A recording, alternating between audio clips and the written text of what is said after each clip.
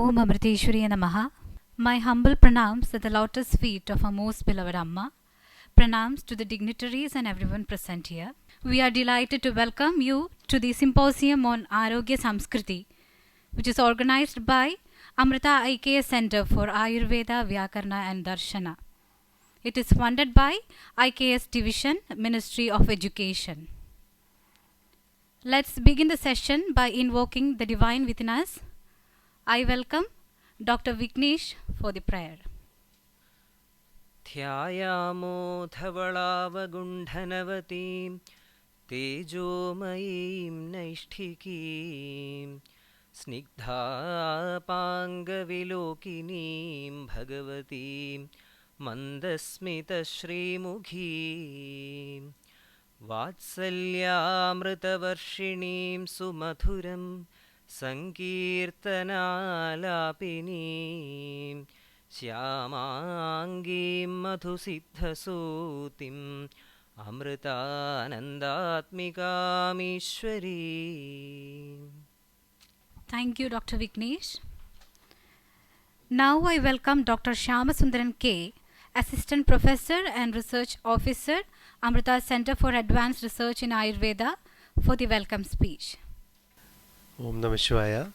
Good morning to one and all. Esteemed guests, faculty members and dear students. It's my honor and privilege to welcome you all for this symposium on Arogyasamskriti, organized as a part of Amrita IKS project on Ayurveda, Vyakarana and Darsana. And today we have gathered here to delve into the rich tradition of Arogyasamskriti that we have had in our culture and which is reflected in the ancient Sanskrit texts that we have had. So we are here to explore how these ancient texts can immensely contribute to our health culture now, which has degraded, and we will also look at understanding how we can incorporate these aspects of health that we have had into our modern system of medicine, incorporating it with to spread the knowledge of health to everyone, and also to create awareness in all these aspects. So this is what we aim at, and first and foremost my prostrations at the lotus feet of Amma, because of whose grace we keep every step and move forward. And I also extend my warm welcome to our distinguished guests, Dr. Madhulika Banerjee, who is the professor of Department of Political Science, University of Delhi. Next, Dr. Sujatha V, who is the professor from Department of Social Systems, School of Social Sciences, Jawaharlal Nehru University, Delhi. Dr. Unnikrishnan P, Professor, University of Trans-Disciplinary Health Sciences and Technology, Bengaluru. And Dr. Ritupriya, Professor, she is unfortunately not here. She was actually there in our panel of guests, but unfortunately due to some emergency conditions, she could not reach here. And I also welcome Dr. Ramesh N V, who is the Principal in charge of Amrita School of Ayurveda, Dr. Ram Manohar, our Research Director, Amrita School of Ayurveda. And I welcome Dr. Sujatha Warrior. She is also from University of Delhi. And of course, a special warm welcome to all the students and faculty members. Our symposium today aims to create a platform for interdisciplinary dialogue focusing on the data collected under the Arogyasamskriti domain. So this collection encompasses intriguing and valuable health aspects discussed in non-medical Sanskrit literature. So this symposium offers a unique opportunity to participate in the holistic, rich and comprehensive approach of ancient Indian wisdom towards health and life. So our distinguished guests will critically look into these collections that we have done by our team, especially with the non-medical texts. So I now request Dr. Ramesh sir, who will deliver our inaugural address, setting the stage for today's discussions. Following this, our team led by Dr. Ramanohar will present briefly the findings of the data collected under Arogyasamskriti, and today's discussions and interactions would be based on these presentations that we have made.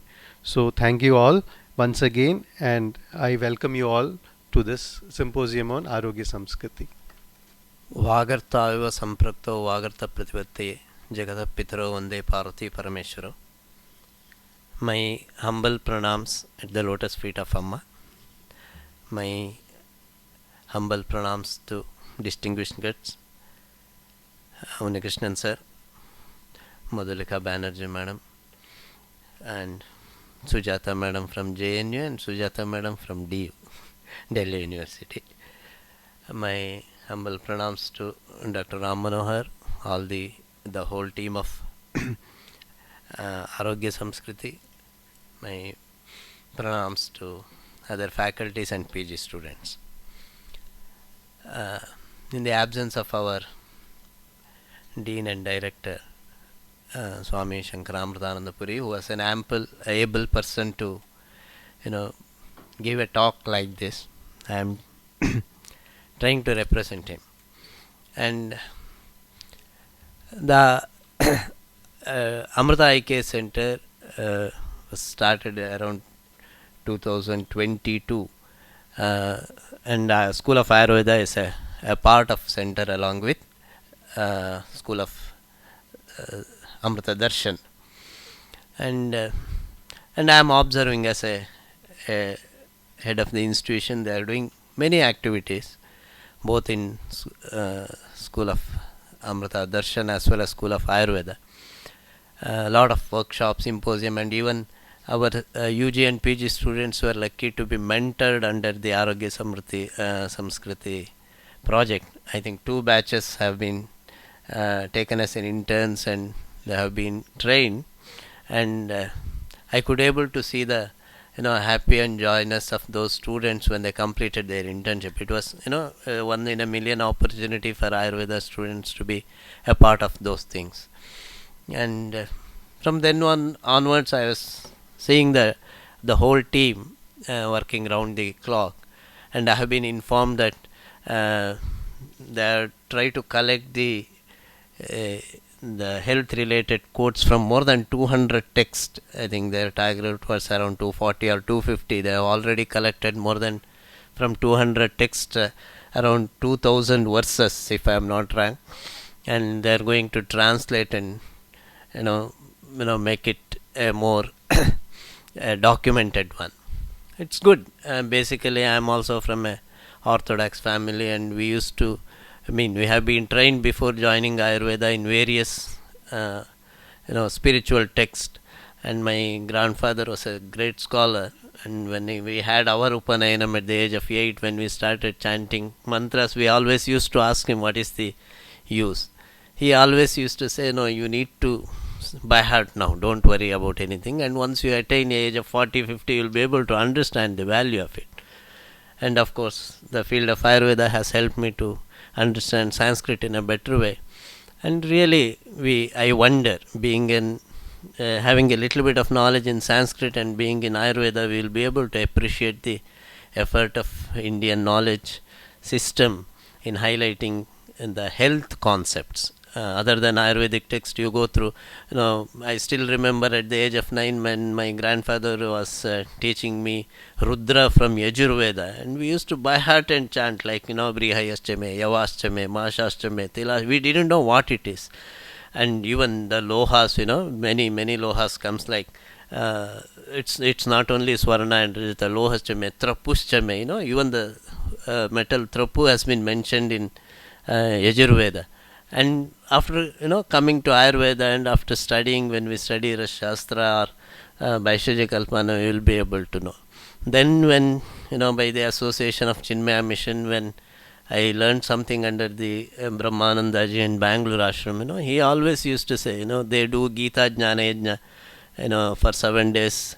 And when I go and sit, once I attended a session on Gunatraya Vibhaga Yoga, such a beautiful thing. It was a Lord Krishna telling Arjuna, that's what we know.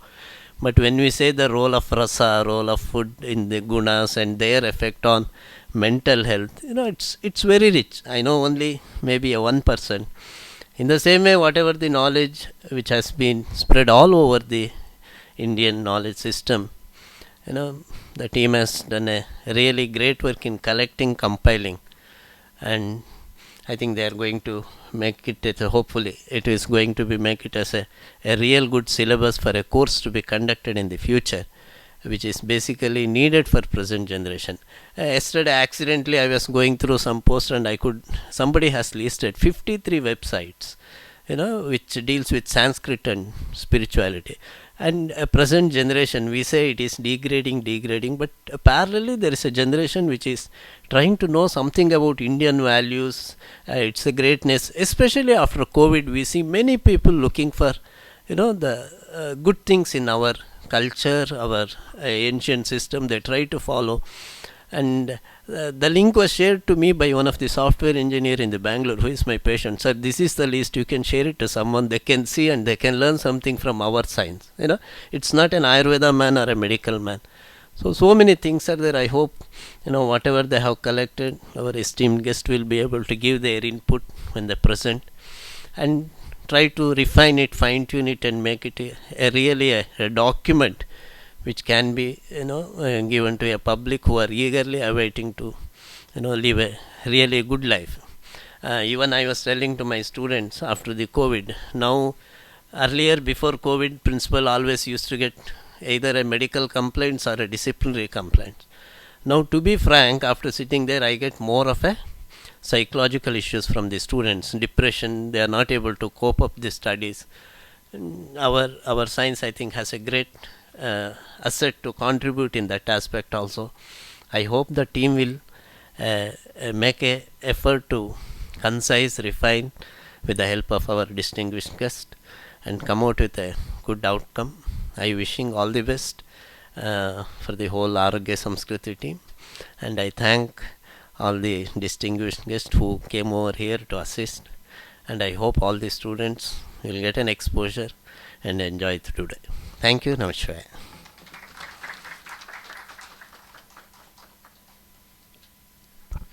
Thank you, sir. Now I invite Dr. P. Ram Manohar, Principal Investigator, Amrita IKS Center and Research Director, Amrita School of Ayurveda, to give the overview on Arogyasamskriti. So, very warm good morning to all, and especially to our distinguished guests. I would like to thank all of them for finding the time to be with us here today and to participate in this brainstorming session. So before we go into the actual process of the symposium, I would just like to give a brief overview of why we are doing this and what we are expecting as an outcome through these deliberations. So we have established this IKS Center as part of the initiative of the Ministry of Education. Various IKS centers have been set up across the country to integrate in knowledge from Indian systems. So it's called IKS as Indian Knowledge System. So about 13 such centers were granted through a competitive process, and we are one of those centers. And the whole idea is to see how we can take what is relevant from Indian knowledge systems and integrate it with the modern educational curriculum, and also bring in a research into these IKS systems so that it can contribute to development of new knowledge. So create an ecosystem where Indian knowledge systems are also again reintegrated, and it's not a question of opposing modern knowledge, but it's a question of coexistence and basically integration. So we focused on three areas: Ayurveda, then Vyakarana and Darsana. So our idea was that our knowledge systems has its own epistemological framework, and we wanted to showcase a model of how a traditional knowledge system can again be kind of reactivated and developed. The whole focus is on systems like Ayurveda being considered as a knowledge system, not as a belief system. I mean, we have to create new knowledge. It has to be dynamic. It's not just a question of simply believing what is there in the texts, because we know there are a lot of knowledge gaps. There are so many new foods that we are taking, many medicines, new diseases, but our system as a whole is not intellectually contributing to developing new knowledge. We are still stuck with what is there in our texts. So how do we do this? So for that, we are linking Ayurveda with Vyakarana and Darsana, which is its own epistemological framework. Vyakarana here actually means language. So there is a saying in our tradition that Kanadam Paniniyam cha Sarva Shastropakaragam, that the work of Kannada, which is the epistemological foundations, and Panini, which is language. So two things for a knowledge system to be well developed. One is we need a strong methodological foundational framework, which is provided by the Darshanas. On the other hand, we also need the rigor of a technical language to express it, codify it, and present it. So we are suggesting through our IKS center that this is the way we can re-explore a traditional knowledge system. We have to see it within its own context. So of course, as a requirement of the project, we had to choose 2-3 areas. Our project is focused on 3 things: research, mentoring, and public outreach. That is the whole design of this project. That we have to do some core research work and then use that knowledge to mentor the new generation. So we had internship programs for our PGs and other scholars, and then reach out to the public, disseminate this information in the public. So this is the process through which this whole project is visualized. So we chose through 3 areas. We need to they want this to develop in an interdisciplinary way. So we had to focus 2 or 3 disciplines. That is why Vyakarana, Ayurveda and Darshana were chosen. And under each we have some specific activity. So under Ayurveda, instead of focusing on Ayurvedic texts and the Ayurvedic tradition, we have chosen medical information or health information in non-Ayurvedic Sanskrit literature. Not only Sanskrit literature, but the entire Indian regional literature also has a wealth of information. Like Tirukural, for example, I came to know that it has, very rich information on health, and the insights are sometimes kind of really very deep. But we cannot cover everything in one project. So we are looking at only the non-Ayurvedic Sanskrit literature. So this project we are calling, this component is called as Arogyasamskriti. The idea that in ancient India there was a very strong conscious effort to nurture a healthy society based on behavioral interventions rather than medical interventions. And this idea is becoming more and more relevant today. Recently ICMR has issued an advisory on diet, pointing out that bringing about basic changes in diet, we can prevent about 80% of the diseases that cause disease burden in modern society. So I think this is a big step. ICMR has never before come up with such a kind of advisory addressing on diet, talking about even items that we shouldn't use like bread, and they are very, very specific dietary advisory guidelines. Now when you look at our old ancient textbooks, we are also finding that these kind of advisories were given through the entire Sanskrit literature. You didn't have to read Ayurvedic texts to get a basic idea of about how to lead a healthy life. So this is what we are trying to construct and structure into a database. We know that Ayurveda has not been brought into public health domain in a very significant way, in a way that it can actually, contribute. I think there are a lot of interesting perspectives that can be brought in, but it also needs to be integrated with modern knowledge in a harmonious way. This is a challenge that we are facing.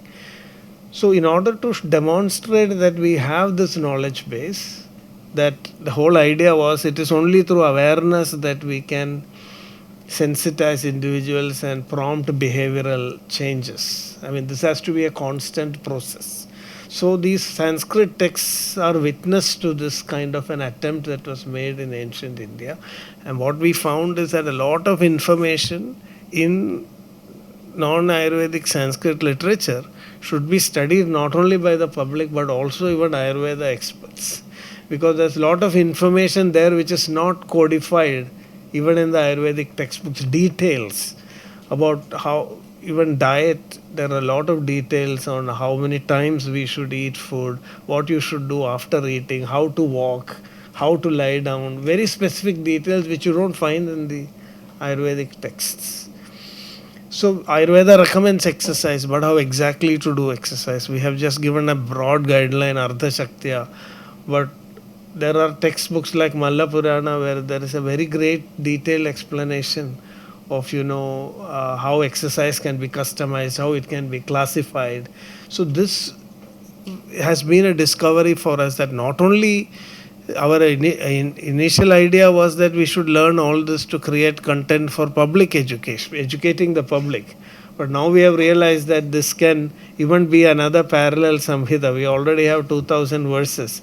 If it comes to around 7000, then it becomes another Ashtanga Hridayam. And that could be an additional, information that even Ayurveda doctors should use to educate the public. So here we are finding, I don't want to take too much time because we are going to go into the details, but just to give an overview and an idea about how we want this to be structured, is we want to really get ideas on how we can use this information. I mean, what is its current significance and relevance, especially in the context of public health. How can we channelize, how can we structure, process this information? We of course understood that it is useful even for Ayurveda doctors, but for the public good, I mean, there was an intention. So we have some concepts like Arogya Buddhi, for example, health intelligence.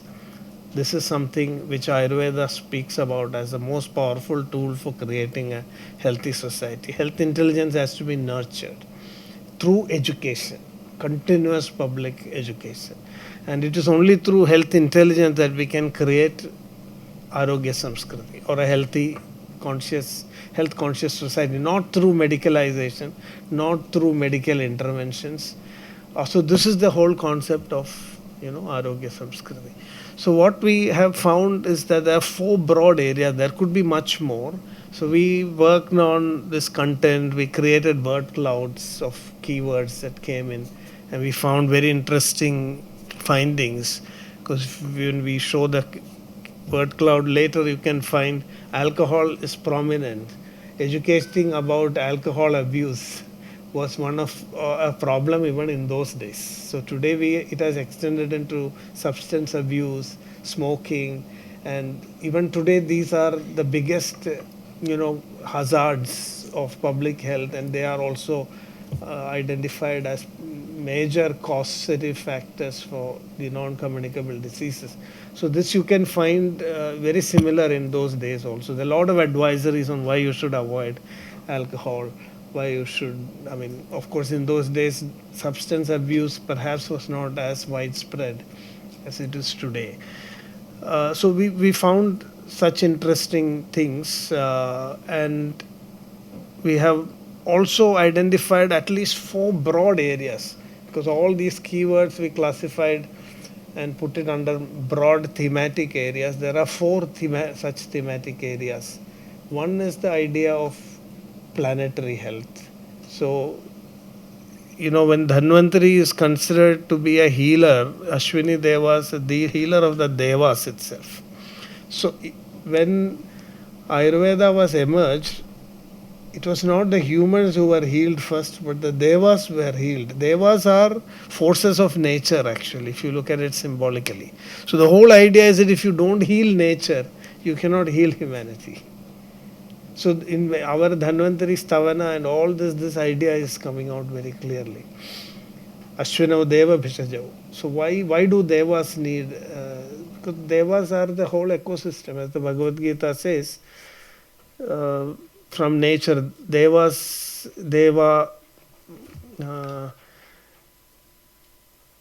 I'm just trying to recollect that sloka.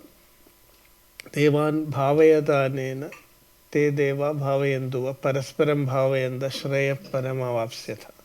So here nature itself is represented through the concept of the deva. So we have ideas about planetary health, one health, all these ideas are there in the tradition, and Ayurveda is first and foremost nature centric. If you don't preserve nature, you are not going to create health. I mean, you are literally in setting your own house on fire and then trying to protect yourself inside. So planetary health, one health, this is one theme. Then the another aspect that we found prominently coming in the Arogyasamskriti theme is mental and spiritual health. And there are a lot of advisories on how you should maintain your mental calm, how mental health and resilience is important for you to achieve higher goals. And then comes lifestyle and diet. So today we are going to discuss content that we have compiled from these texts that come under these four categories. So what is its significance? I mean, how can we structure them and create an action plan on how to, because this is very culturally also more acceptable to the people. I mean, this would be a nice way to start the streamlining of Ayurveda into the domain of public health instead of going into medical interventions and other areas. I think this is the overall concept that we are discussing. There is also interesting ideas about Arogya Dana, that health is something that is to be gifted to society, and this is probably what inspired a lot of activities that make healthcare services, what we today call as universal healthcare. This idea is also very strongly promoted in across the Puranas, various texts. Arogya Dana, they call this as Arogya Dana, or the gift of health, and how we should make it available to the whole people. So some of the foundational ideas about good health governance is what you can glean from these texts, and we would like to present this. We'll make short presentations. There's a lot of content, so each one of us will talk about one aspect, and then we would brainstorm on that. And we can ask questions, we can explore in how much depth the information is there. All of these have to be made contemporary. I mean, so that is also a challenge. There may be areas where we may have been correct, but the details may have to be, updated and upgraded. So we need a strategy also. So the purpose of today's symposium is to come up with some recommendations on what is first and foremost, we would like to know, is all this really significant and, worthy of a re-examination? If so, what should be the strategies using which we can, build up a public healthcare initiative or intervention that is inspired by our traditional knowledge systems, especially with the WHO center being established here, and India, taking leadership in harnessing the knowledge of traditional medicine for healthcare applications. I think this would be a very valuable contribution.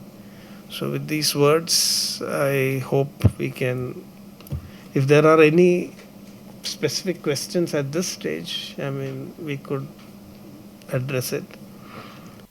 Thank you, sir.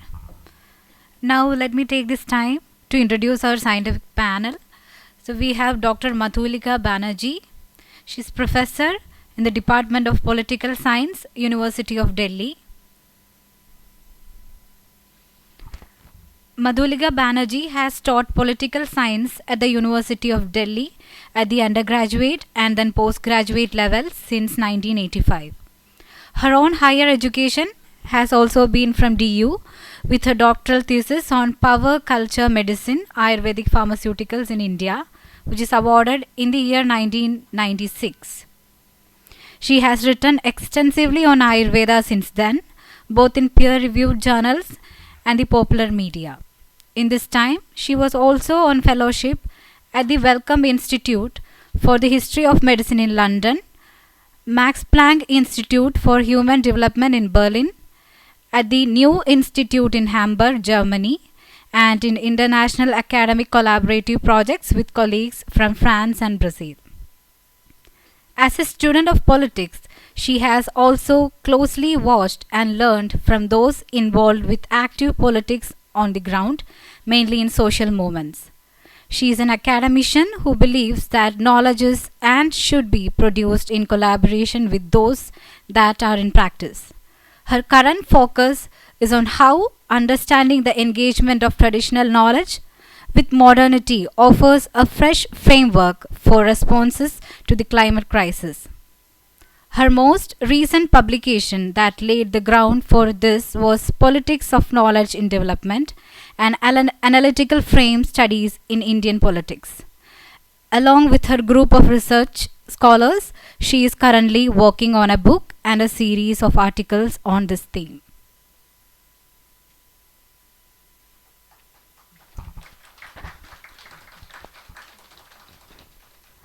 We have Dr. Sujatha V, Professor, Center for the Study of Social System, School of Social Sciences, Jawaharlal Nehru University, New Delhi. Dr. Sujatha V is Professor at the Center for the Study of Social Systems, School of Social Studies, Jawaharlal Nehru University, New Delhi. She specializes in the field of sociology of knowledge and sociology of health and medicine.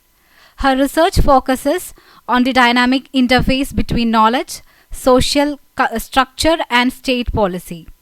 Her publications includes the books Health by the People, Medical Pluralism in Contemporary India, Sociology of Health and Medicine, New Preservatives, and Global Capital and Social Differences. Apart from research articles in referred journals and writing in Tamil intellectual journals, she has been a visiting professor at the Institute of Sociology, University of Freiburg, and the South Asia Institute at Heidelberg in Germany, Flacos in Argentina, University of Bombay, and the University of Pompeu Fabra in Spain. She received the UGC DAD Fellowship for Fieldwork in Germany and the ICSSR NIHSS Fellowship for research at the University of Cape Town, South Africa. She has completed book-length reports on neoliberalism and nutritional status in South Africa and India, and on social inequality and access to medicine in rural Madhya Pradesh, to the ICSSR linking conceptual studies in health with policy initiatives. The special journal issue of Society and Culture in South Asia on globalization of South Asian medicine that she edited carried a comprehensive introduction on the state of art of traditional medicine in India and the world, with an exclusive research paper on European practitioners of Ayurveda based on her field work in 4 European countries. Her ongoing work on experience, knowledge and expertise in traditional Indian medicine seeks to examine innovation and transformation in the medical practices of Ayurveda and Siddha.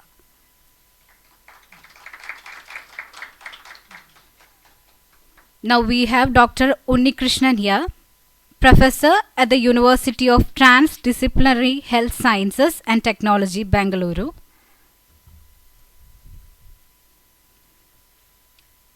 Unnikrishnan Payyapalli sir is an Ayurveda physician and a development researcher. His research interests are Ayush and informal health practices in health system, community health, traditional knowledge, epistemology, and sustainable development. He has an undergraduate degree in Ayurveda from Bharatiya University, Coimbatore, and a master's degree in medical anthropology from the University of Amsterdam, Netherlands. He holds a doctoral degree in international development studies from the Yokohama National University, Japan. Prior to his present position, between 2010 to 2020, he worked with the United Nations University, Tokyo, Japan, in various capacities in health system and sustainability related programs. He is also an adjunct professor at the SRM School of Public Health, Chennai. And now we have a special invitee here, Dr. Sujatha Warrior. Ma'am was in campus for a special occasion and she has accepted our invitation for today's program and join us here today. So, Madam Sujatha ma'am is a professor of sociology, NG Acharya and DK Marathe College of Arts, Science Commerce, Chembur, Mumbai. She has a teaching experience of 35 years. She is a PhD guide in the Department of Sociology, Mumbai University. She is a former member of Board of Studies, Sociology. Her doctoral topic is Social Implications of ICT in Public Health, a case study based on Karnataka Telemedicine Project, Bengaluru. She is author in CBS Publications and S. Chand. She has undertaken UGC-funded minor research project, Gender-Based Study of Personal Health Among College Students. She is a recipient of Cosmic Adroit Research Award 2017 in Bangkok. So we welcome you all. Now let us seek a preliminary response of our scientific panel on this topic. Madam Madhulika ma'am. Let me begin by saying that I'm really delighted to be here. I have known that Dr. Ram has been here for a few years, but haven't had the opportunity. I was very keen to see the work here, and thank you very much for this invitation, Dr. Sujatha and Dr. Ram.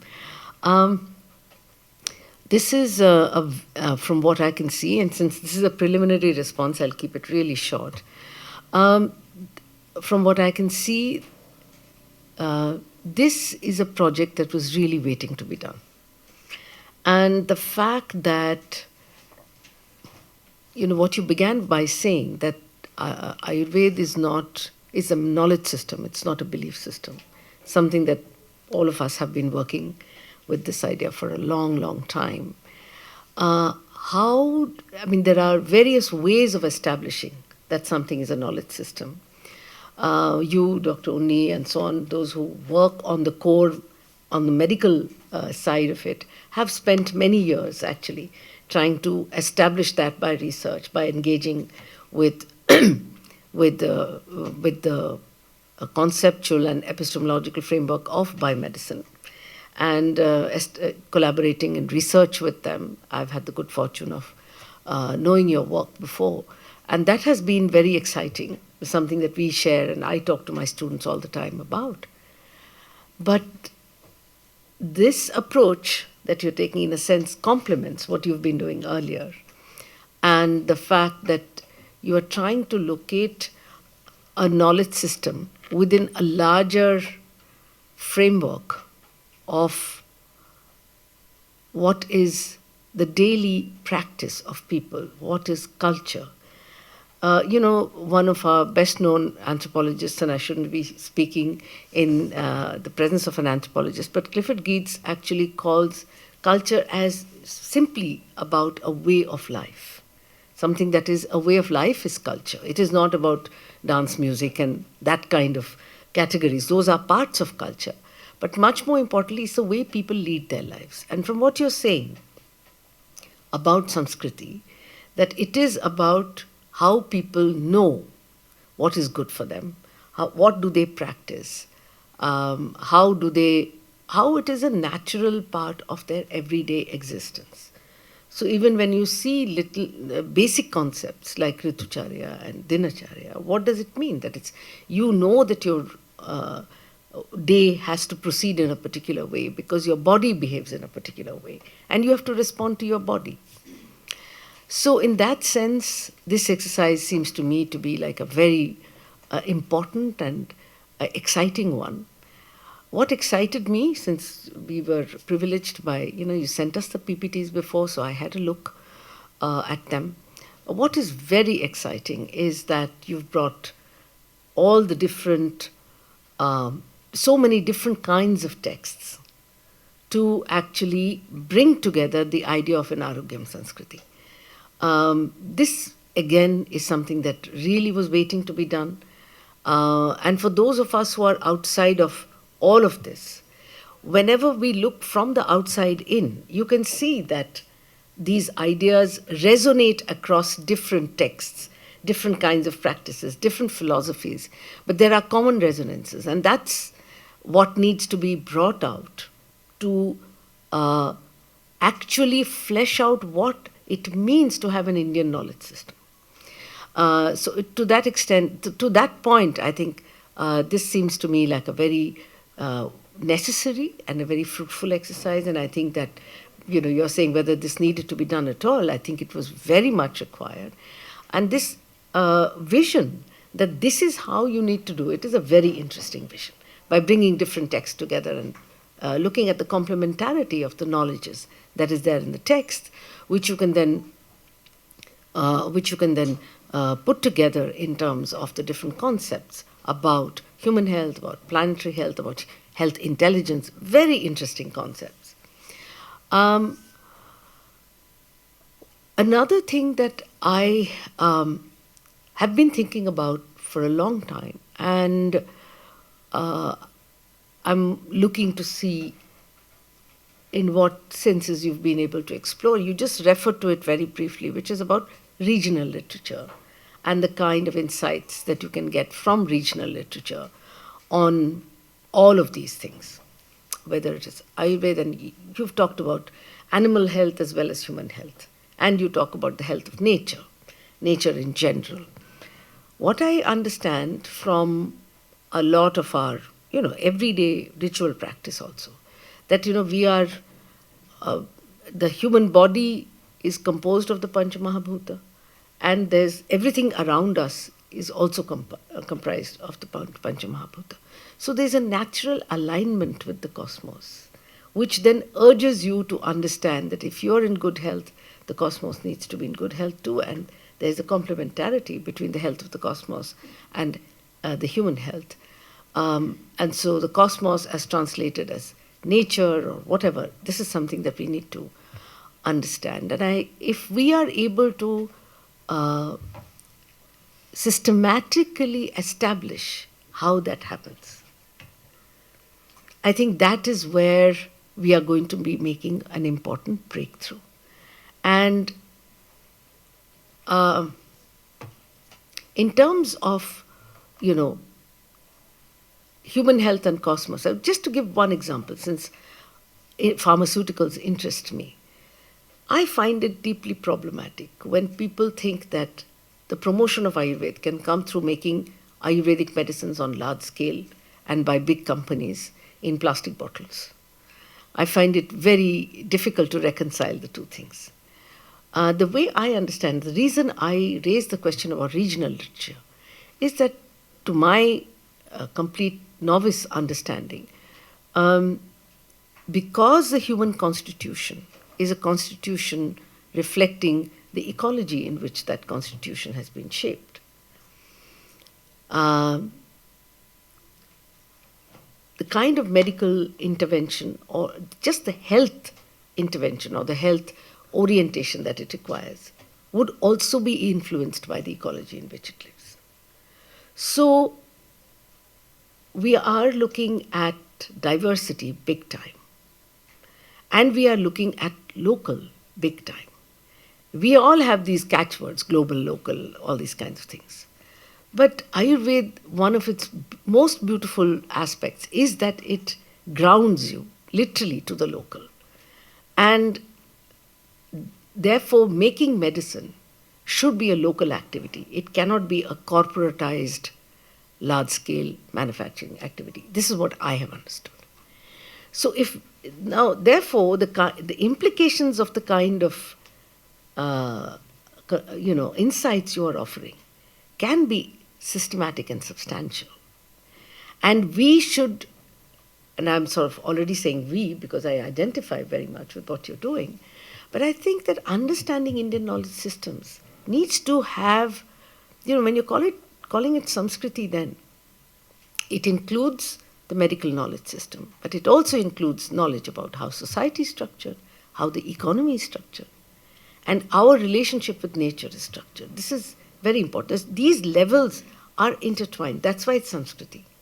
And that's what I find very exciting about this. I can see that I would have a lot to, share and discuss. And so I'm very excited at the prospect, but I will stop here because these were supposed to be preliminary remarks. And I hope that we can return to it as we go along through the day. Thank you.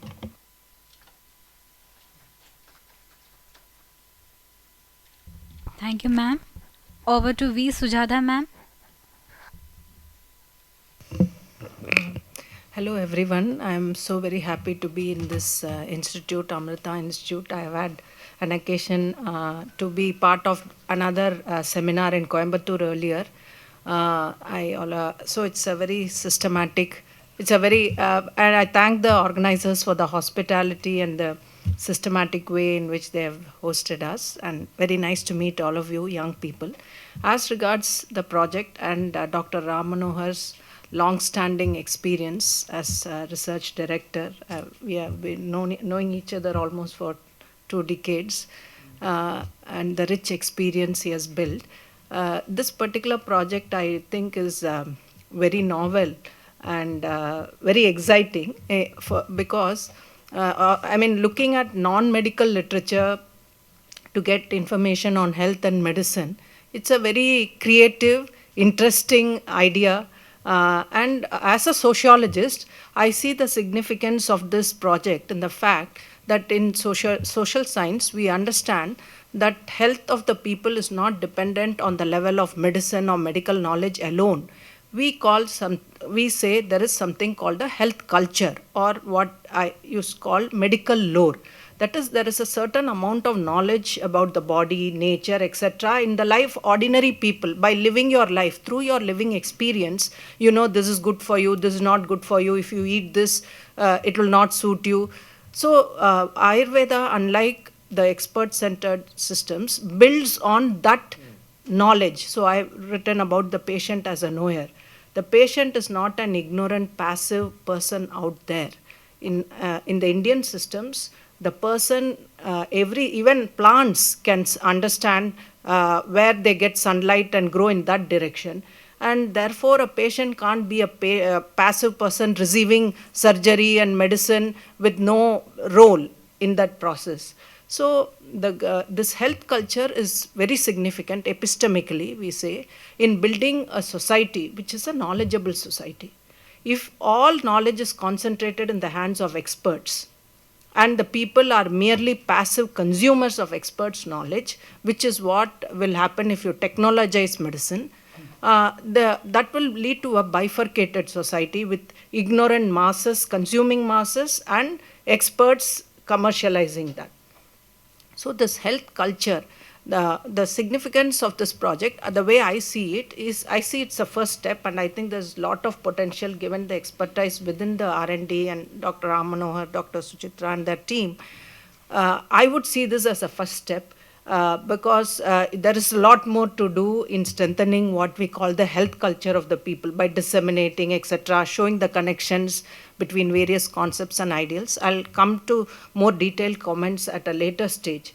So non-medical literature on medicine is very important, and this connection between health culture or ordinary knowledge of the people versus more written, canonized knowledge is important. Here, literary fields, kavya, other fields, what they say about health is also extremely important for us. It is also a part of health culture, how others look at it. So I just want to conclude my comments with 2 observations. One, I'd like to draw your attention to the writings of A.K. Ramanujam when he wrote about how literary cultures in India grew and developed. He gives a beautiful metaphor. He says that you have water bodies everywhere, and then they evaporate, the water content evaporates, it forms clouds, and then it rains. So there is a symbiotic connection between the atmospheric humidity, the water bodies in the earth. And he says similar thing in here in literary cultures of India, where folk practices of people, they are like water bodies from which texts, canonical texts drew. Dr. Ram Manohar himself has written that not everything from the folk was adapted, taken into the text. They were verified. That's why it took long time for them to appear in the form of canon.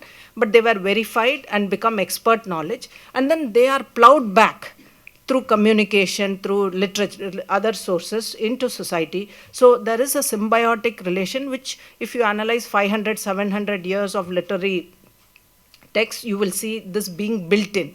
So this is something very exciting for us, and that metaphor came to my mind. But lastly, I want to finish by saying that we may not assume that all this knowledge, concepts and practices in non-medical texts could be coherent. There may be some conflicts, differences. Some texts may say something, others may say, but that is also very illustrative for us to know on points of difference between medicine and others. I've heard that yoga texts and Ayurveda texts differ on whether you can be hungry, how long a person can be hungry, etc. I read somewhere. So these things might be of great interest to us to see how different texts look at the body, medicine, and health practices. So from this point of view, I see this is a project of great significance, and I'm so happy and for this opportunity to be part of the discussion. And I will be very happy to know about the progress of this project and later outcomes and so on. Thank you so much. Thank you, ma'am. Over to Dr. Unnikrishnan, sir. Thank you. Namaste. First of all, my humble pranams at the lotus feet of Amma. So, good morning to everyone. And thank you, Dr. Ram Manohar and Dr. Sujatha, for inviting me to this program. I'm reminded of a project that Dr. Ram and I did around 30 years back. We were working about what is medicinal plant in India. What is a list of medicinal plants? And we were searching for all the Ayurvedic texts then, around 20 major classical texts, crossing a chronology of around 3,000 years. And we were not satisfied. And we went into non-medical texts.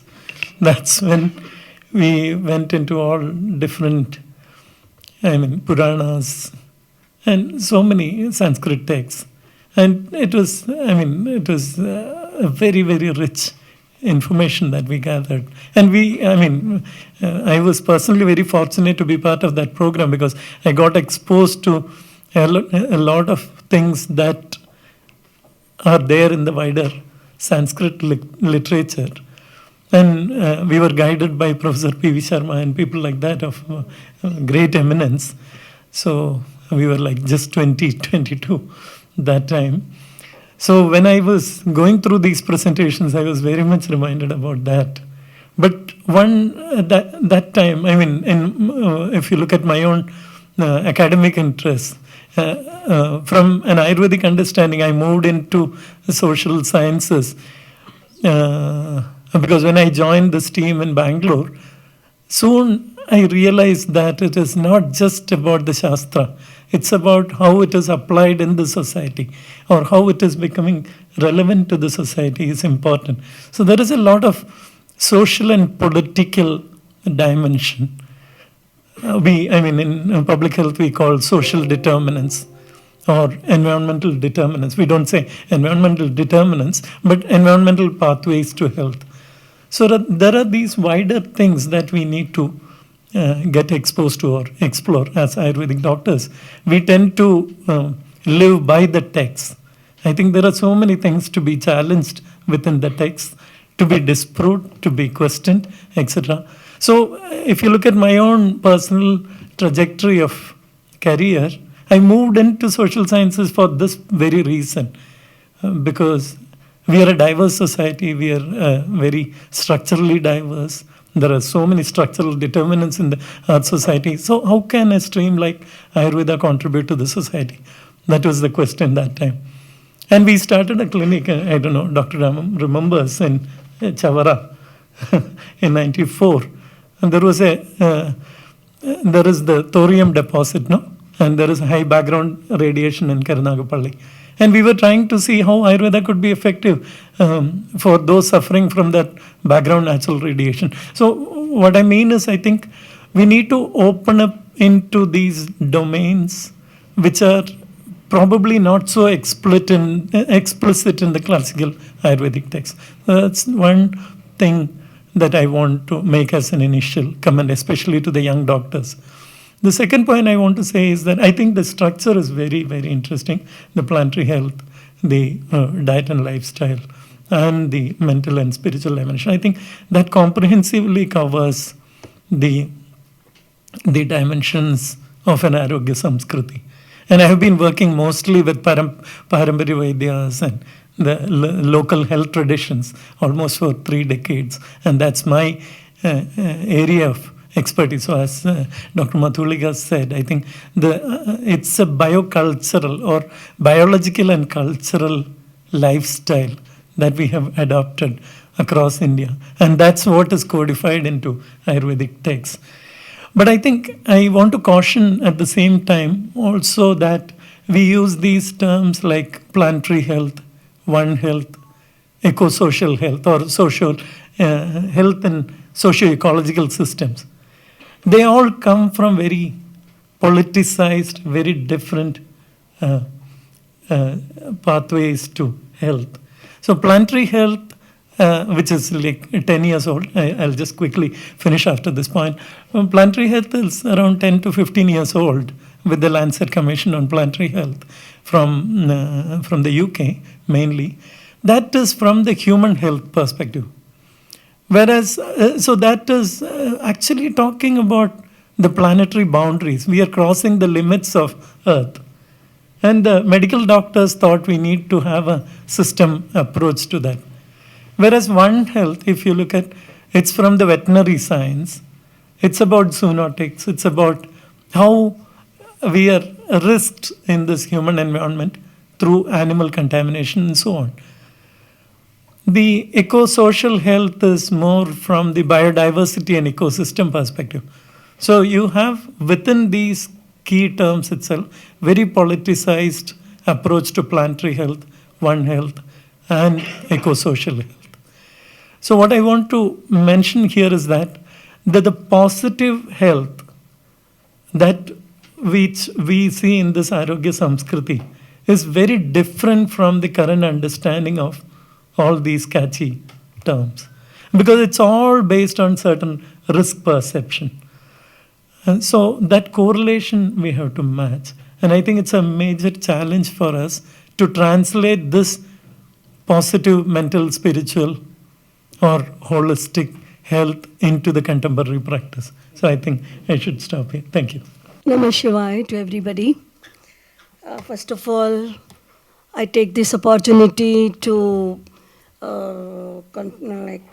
offer my sincere thanks and prayers and prostrations in the lotus feet of Mata Amritanandamayi Devi that I could reach here and attend this today's seminar. I also congratulate Dr. Ram Manohar ji and Dr. Sujatha ji for giving me an opportunity to be here. I congratulate the entire team for taking up such a innovative project.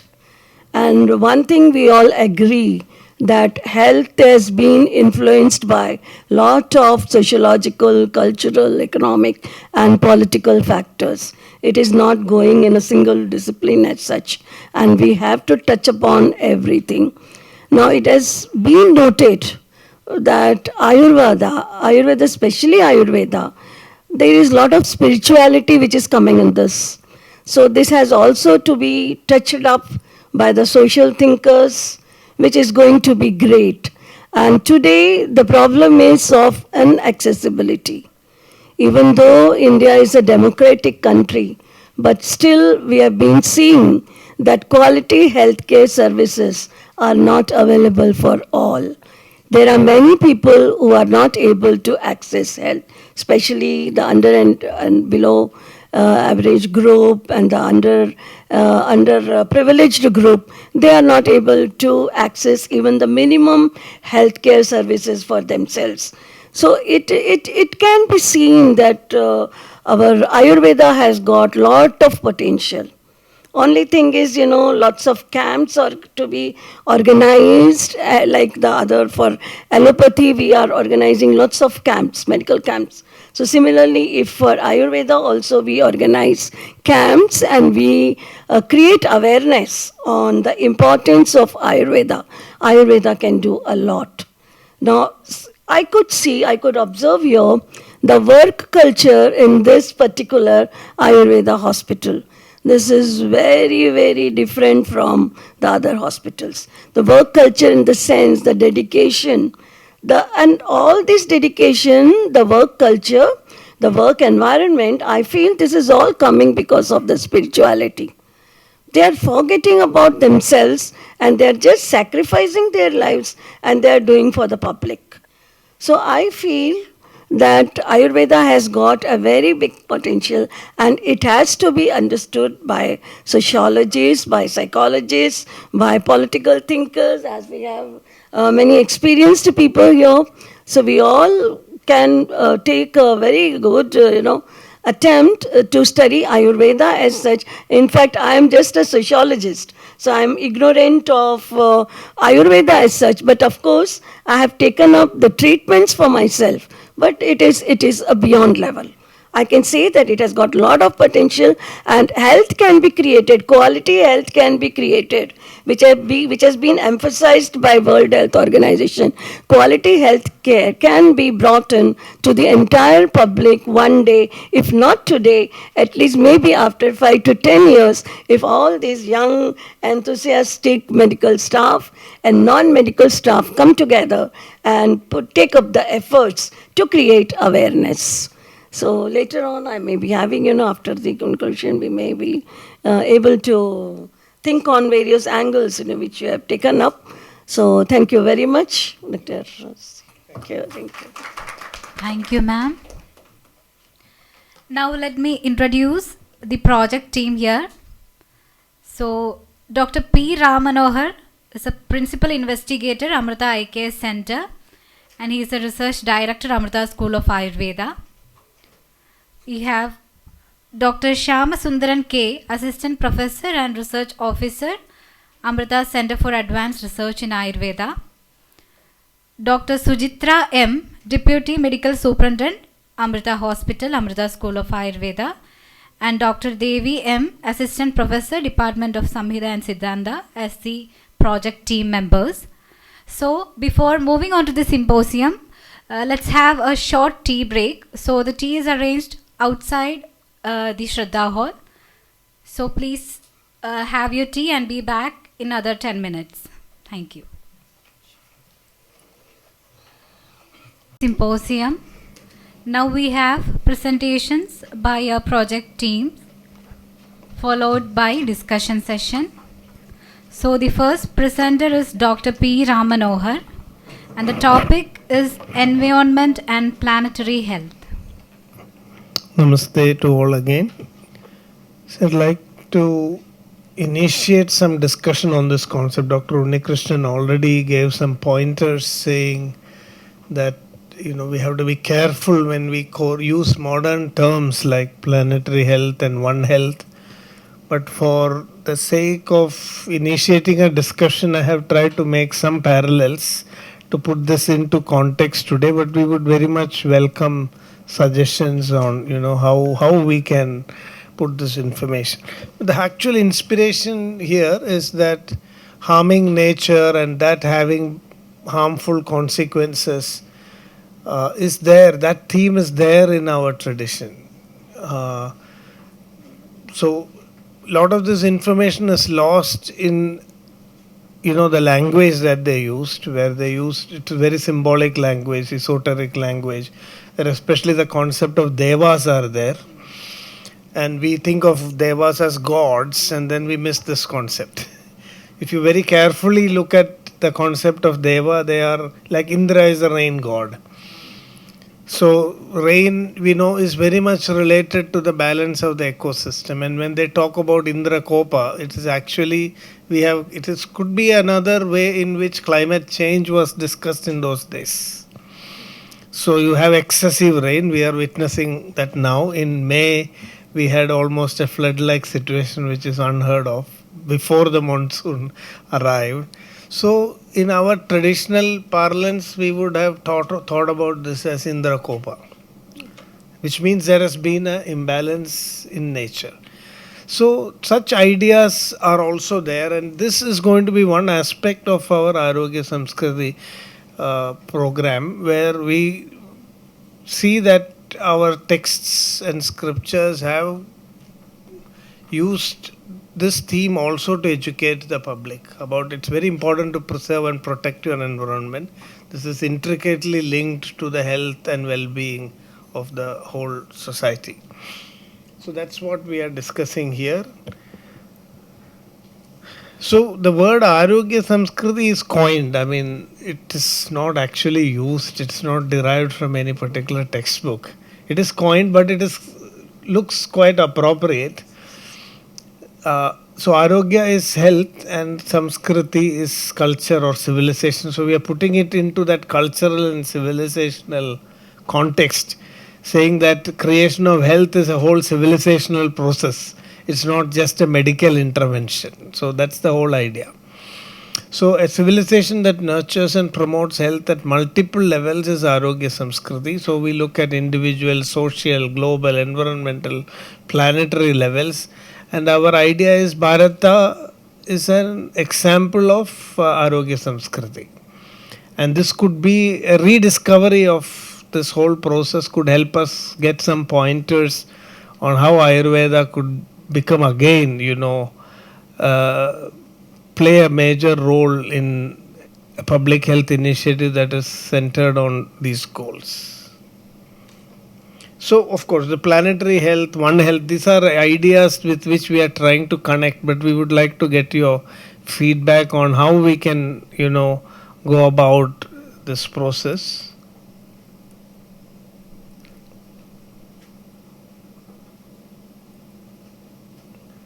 So, we are also seeing so this is just for the sake of communicating to the modern world. We are showing how there is a intersection with many of the new emergent concepts that are coming up, including SDG 3, good health and well-being. The whole idea that the majority of the people in society should be healthy. They should be able to gain health. This is an indicator that we have an Arogyasamskriti. So our idea was that we can also visualize. We don't want to also create conflicts. I mean, if we start with parallel concepts and parallel indicators, I mean, it will become difficult in implementation. So somewhere we have to integrate what is already emerging. We have the SDG 3, which is divided into goals and indicators. How can we integrate our concept of Arogya? So for example, we say that if we achieve SDG 3, it could be used, these tools could be used as an indicator of whether a culture has achieved this goal of Arogyasamskriti or not. Now, how can we integrate these two without, just reinventing the wheel? I mean, many things have already happened, but we believe that integrating these concepts into these emerging ideas of planetary health, One Health, SDG 3 is very essential. And we have to show how Ayurveda can add value. Not Ayurveda, but this whole idea of Arogyasamskriti can add value and a new dimension to what is already being perceived. This is what we are thinking about. So, universal health coverage idea is there. So, I will just quickly, glimpse through few materials. We have shared it all with you earlier to show that we have rich material. And what is put into these slides is also only a fraction of what is available, because there are so many texts that are still unexplored. And the more and more we are seeing these texts, we are finding more and more information is available. So, for example, if you are looking at creating awareness, these statements are very powerful and, I think can have a strong impact. Akashasya yathananta sureirapyavagamyate tadvad arogyadanasya nanto vai vidyate kvachit. I mean, this importance of universal health coverage, the importance of everybody getting access to health care. This is emphasized so powerfully, and this is a recurring theme. You can see these are things not from Ayurvedic textbooks, but from Puranas. Like Skanda Purana is talking about, universal health care, and that the merit of providing health care to people is so, high, huge, that it's compared to the vastness of the sky. We have from Mahabharata also extreme statements saying that ekata kratava sarve sahasravara dakshinaha anyato roga bhidanam praninam pranarakshanam. I mean, providing health care to a person in distress is considered to be equal to conducting sahasravara dakshinas, any other spiritual meritorious act. So in this way we can see there is a lot of attempt to bring about these concepts, make it more popular, make people more aware of it. And this is just a schematic presentation of the types of Sanskrit. I'm sorry, it is very busy. In fact, it is so widespread that we are finding it very difficult to put it. But we wanted to give the big picture. I'll go to another slide where we can see a little bit more in detail. But here you can see the variety. I mean, whatever category of Sanskrit text you take, there will be some interesting information.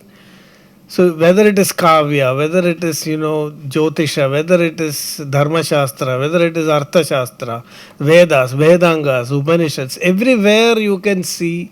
In fact, what we found because there's a lot of limitation now, these are not machine readable. All these texts are still not machine readable or searchable. So in order to get, this is from popular secondary sources most of the time that we have got access to this information. Like if you were to know how much of health literature is there, information is there in Mahabharata.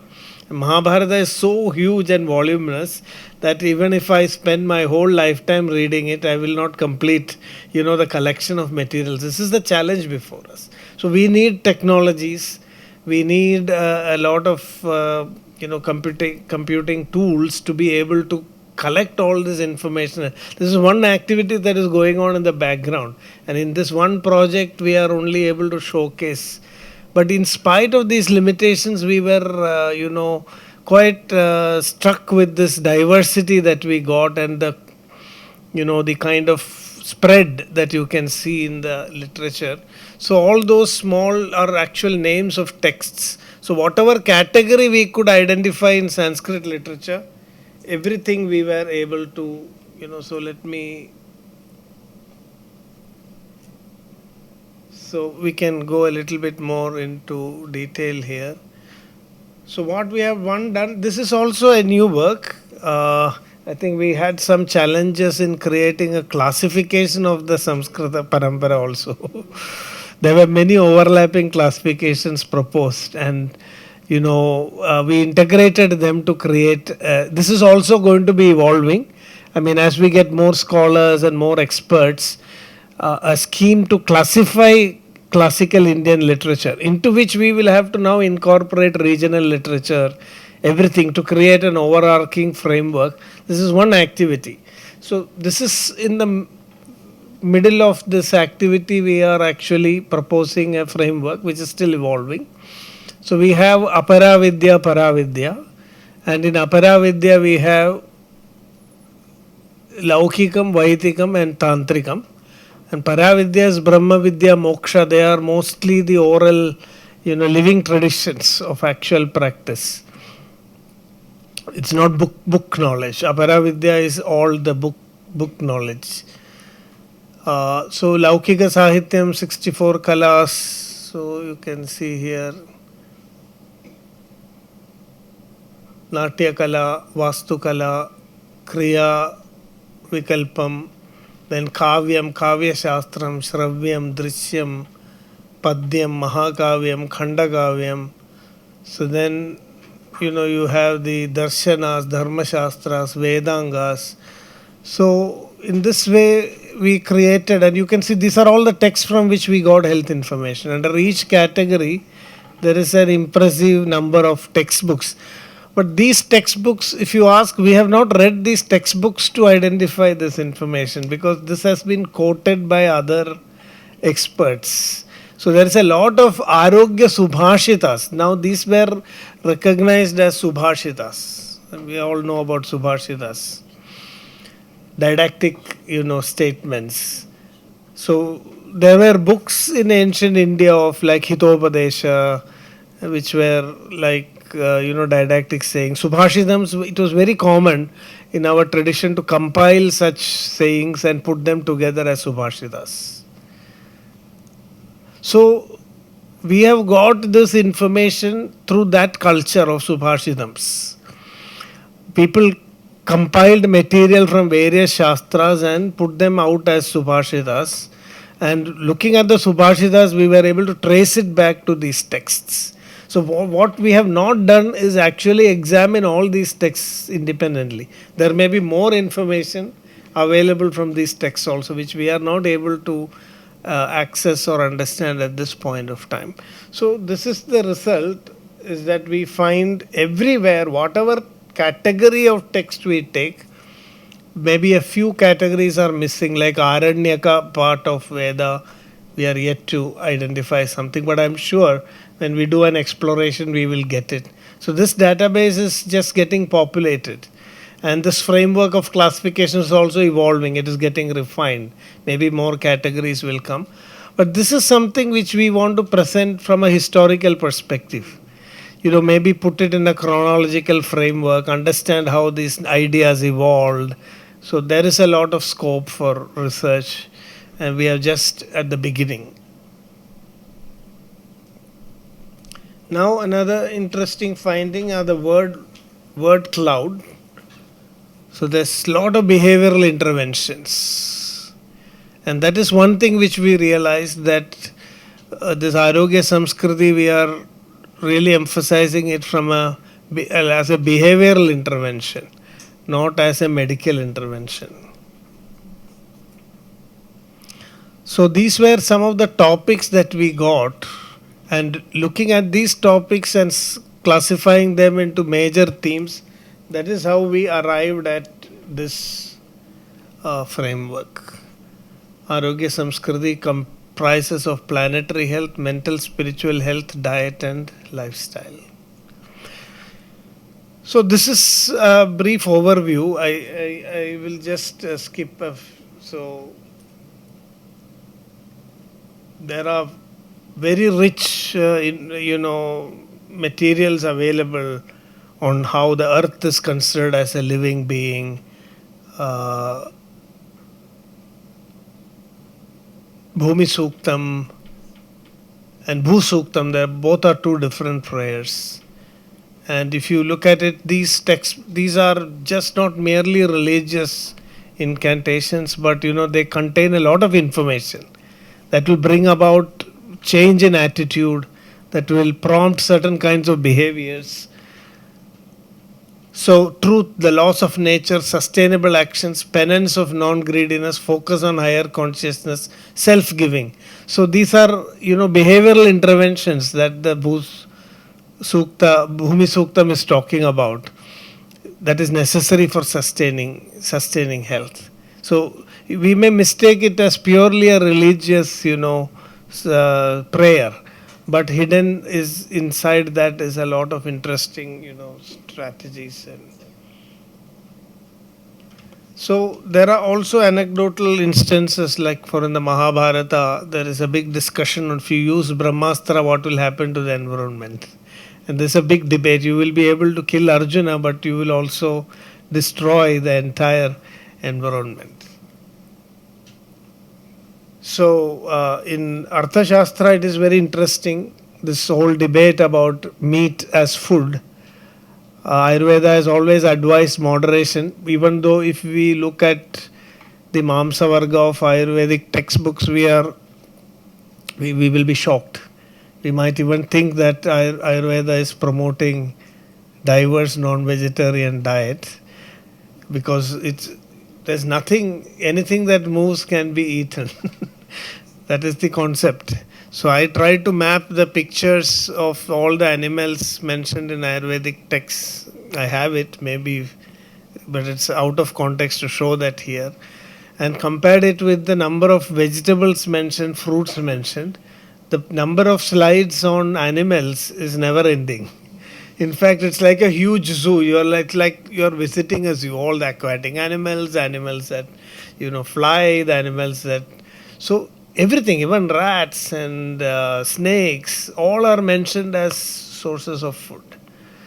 But it is only when we look at works like Arthashastra, we can find that what they did at that time was document whatever people were using and not actually recommend them. We have mistakenly understood that Ayurveda, being a Vaidya Shastra, has to tell about the Rasaguna Virya Vipaka of all the meat. And it has documented actually what people were doing in different parts of the country. So it is not a recommendation of meats. But when you come to Arthashastra, we can find that there was unauthorized killing was treated as a crime. I mean, you could not kill an animal even for food. In fact, slaughterhouses were not licensed, were not given license in Arthashastra. Sunadhyaksha pradishta abhayanam abhaya vanavasinam cha mriga pashu pakshi matsyanam bandhavata himsayam uttamam dandam karayat. So the whole idea was hunting was allowed. So you had to hunt an animal and eat the meat, because you can also be hunted in the process. That was the law. Domesticating animals, feeding them and then killing them was not considered ethical. If you want to eat an animal, go into the forest, expose yourself to the same risk as they are exposed to. And who gets the better of the other can become food for the other. So this was at that point of time. So there are very interesting ideas. Another idea which is coming from Ayurveda is that of Kama Himsa and Dharma Himsa. That animal as food is allowed as long as you are eating meat for your nutrition, your real genuine nutritional needs, or for a medicinal need. But if you are killing an animal for Kama or just for the sake of enjoying the food without any nutritional benefit, or if it is going to cause health issues, then that is called as Kama Himsa. So in this way, there are ideas where this environmental consciousness, One Health, concepts are all, merging and coming together. So this is again, it is when you read Arthashastra and then put it in context with what is there in Ayurveda, the whole picture emerges. So what I found is that as an Ayurveda student, we should also study non-Ayurvedic literature to understand many things in the right context. Otherwise, we will get a wrong reading of our texts. What is the significance of Mamsa Varga? Why has Arunadatta opposed, so those kind of ideas are there. In Abhijnana Shakuntalam also there is an interesting narrative that when King Dushyanta, he is allowed to hunt. Hunting was allowed. But then he comes to forbidden territory. So the verse is saying, Nahantavyo ashramam mrigoyam. This animal is part of our ashram, so you are not allowed to, kill it. So, all these limits and, that you can see, it is everywhere. It is in all these textbooks. So even when you read a kavya, this value is inculcated into the individual.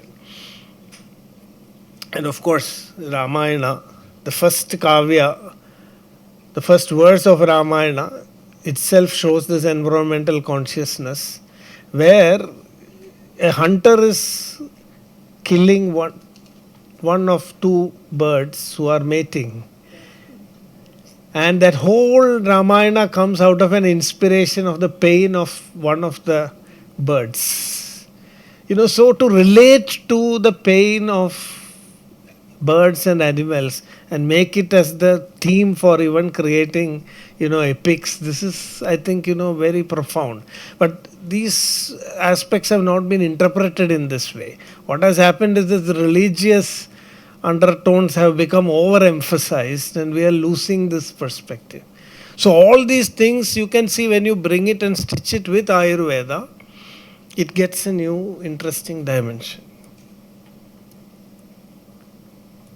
So I'm just, so even the Oshati, the Shanti mantra of Purusha Suktam, this is very famous, where everything, this whole idea of everything should be peaceful.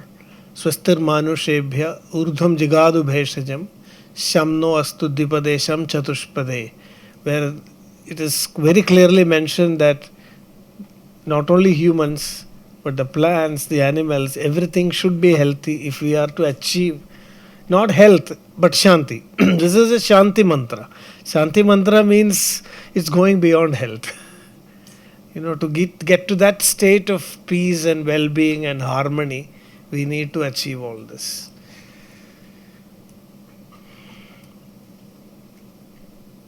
Okay, so I think many of these things later translated into action plans like sacred groves.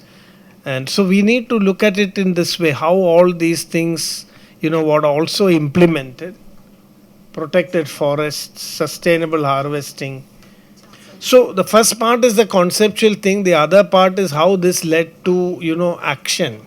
Bhutabali, Yajna and all that. So I also would like to just conclude here because later we'll have discussion. We would like to have more discussions and we had shared all this material. So what's interesting is that I think, we know that we have books on Mrgayurveda, Vrikshayurveda, but they are mostly like, veterinary science and it's actually applications. Vrikshayurveda is a little bit more in scope. It includes agriculture. It's not exactly botany or zoology. It's more the applied aspects. But I came across a very interesting text called Mrgapakshi Shastra, which is perhaps one of the earliest zoology books, where the King Hamsadeva is hunting a lot of animals, and suddenly he has an insight. He just looks at all the animals he has killed, and he says, "What a terrible thing I have done." He suddenly gets into remorse, and he said, instead of celebrating creation, I am actually destroying it. He gets that insight. And then he stops hunting, he bans hunting, and he asks one of his court, pandits to compose a book celebrating the existence of animals and birds. So this is a textbook called Mrgapakshi Shastra, which is actually describing the life cycle of so many animals and birds. There's no other purpose, no utilitarian purpose. If you look at Vrikshayurveda and Mrgayurveda, it is very utilitarian because we are using animals or plants for our welfare. So we have to actually, manage it, treat sickness when plants get sick. Or there is one chapter where all these marvels, botanical marvels are there.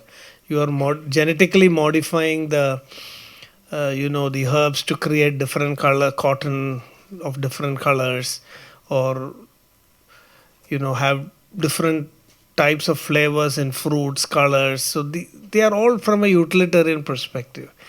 But this is a witness to an idea that there were also, descriptive sciences, just describing birds and animals just for the sake of it, explaining their birth, life cycle and all that. Yeah. So I think I will stop here. I hope this gives an... So you can see here the Mriga Pakshi Shastra deals with description of animals, their intercourse behavior, pregnancy, early stages of your life, the number of kinds of an animal, their color and activity, nature of the female, their lifespan, the quality of these animals, their behaviors. These are all described. It is unfortunate that these kind of textbooks have not been brought into the larger public perception, not even in our academics. Even in Ayurveda, I don't think we may have heard of Vriksha Ayurveda, Pashva Ayurveda, but we have not heard of Mriga Pakshi Shastra. So I will stop here and would like to open it up for discussion. I also just one more thing I wanted to say is there is a very interesting estimation of total species. In the Yoga Shastra, we talk about 84 lakh yonis, which comes to around 8.4 million.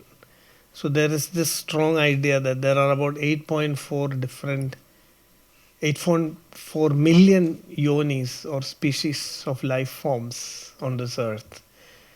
And some years ago, modern scientists also arrived at an estimate, which is about 8.7 million. Both are actually speculative. It's not actual count. So modern scientists, they use some complex computational algorithm to predict that there could be maybe 8.7 million species. The yogis are said to have computed this in some states of intuition or altered state of consciousness. And they arrived at a number of 8.4 million, and modern scientists arrived at a number of 8.7 million. So they are kind of, very, very close. Okay, so I think I will stop here.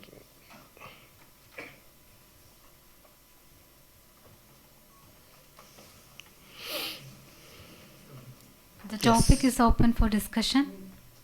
Okay, thank you. Thank you for that very, very interesting overview. I think the schematic presentation is so interesting.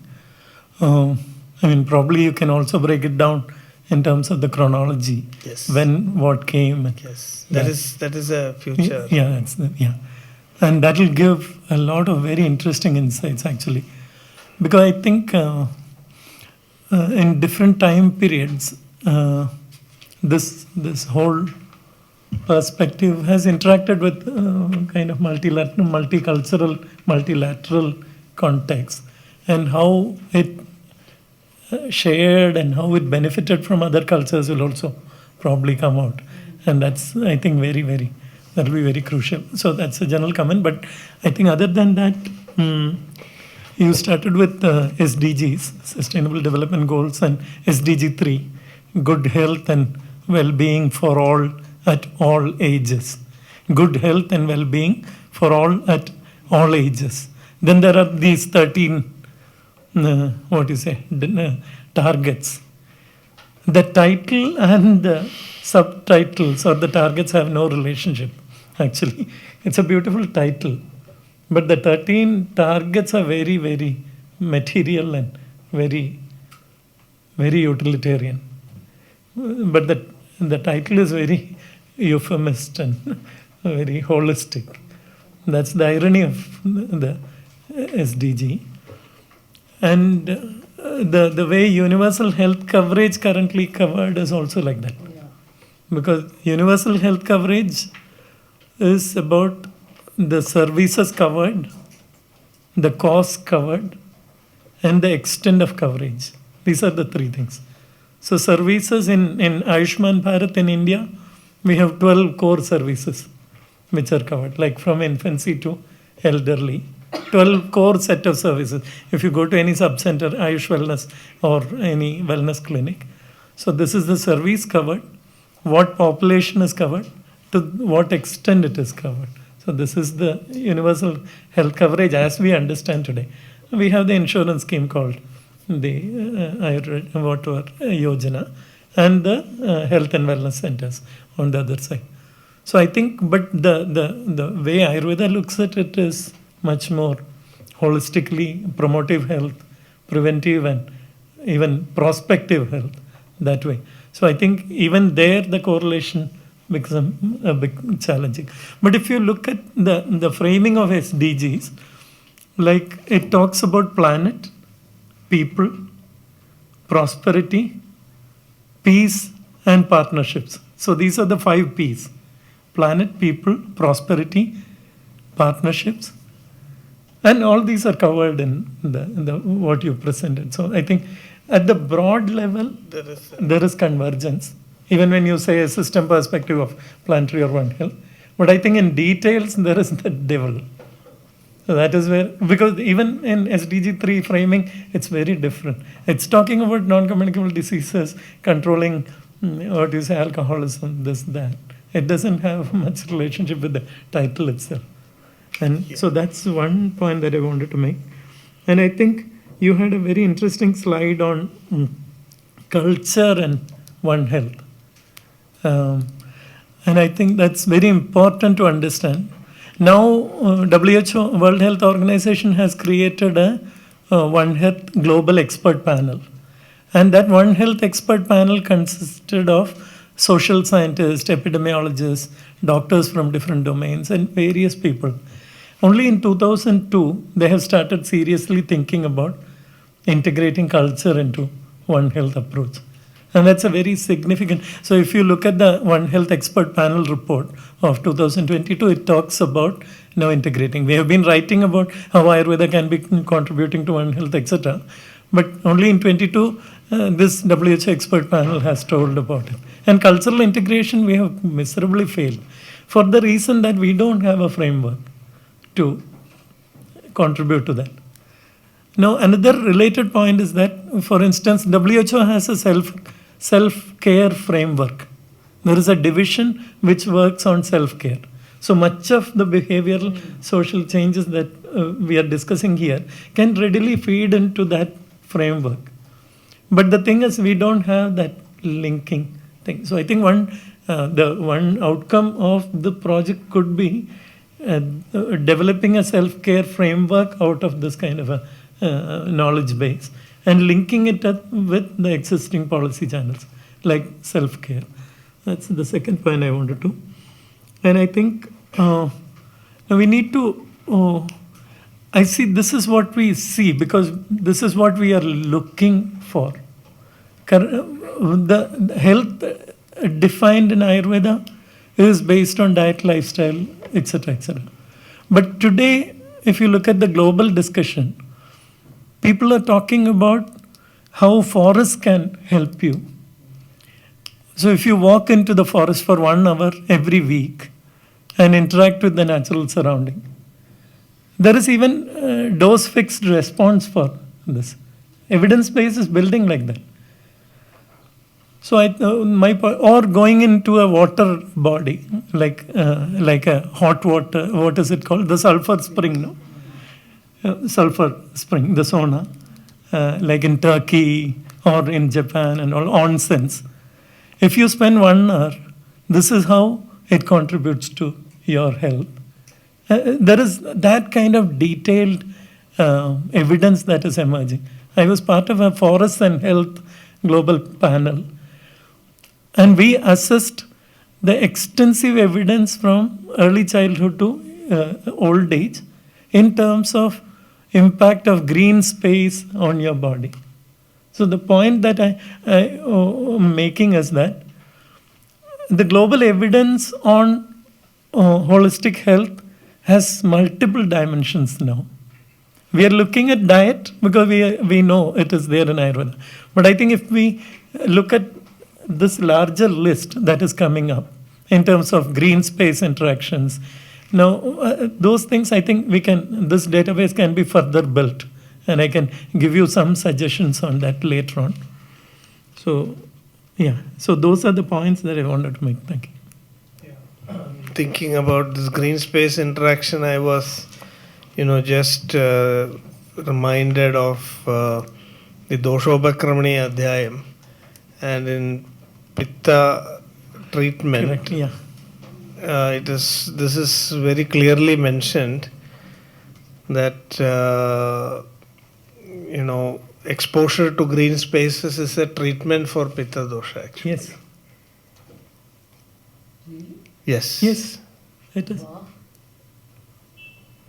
So Shitambudhara Garma Grihanya Udyana Dirghiga Sutirtha Vipula Sacha Salila Asya Saikate. Correct. Not only green spaces but water bodies are also described. Yeah.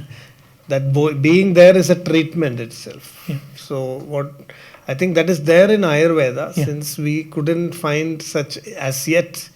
So one of our limitations, I think there are two ways we can go through this from what you are saying. One is, of course, I believe ancient thinking, there is also a utilitarian angle there also. That was there in those days also. So if, for example, I was searching a lot for botany and zoology until I stumbled upon this Mrigapakshi Shastra. Because what is currently available as Vriksha Ayurveda or Pashu Ayurveda is actually animal husbandry and veterinary science rather than pure zoology. So they also very much had a utilitarian, angle to it. And I think these applications will very much depend on the context in which, we are placed. Today we are looking at it even more from a utilitarian perspective because we are threatened, our very existence is threatened by these things. So I think we need to put both into right context and then maybe redefine it in a way that it is relevant today in today's context.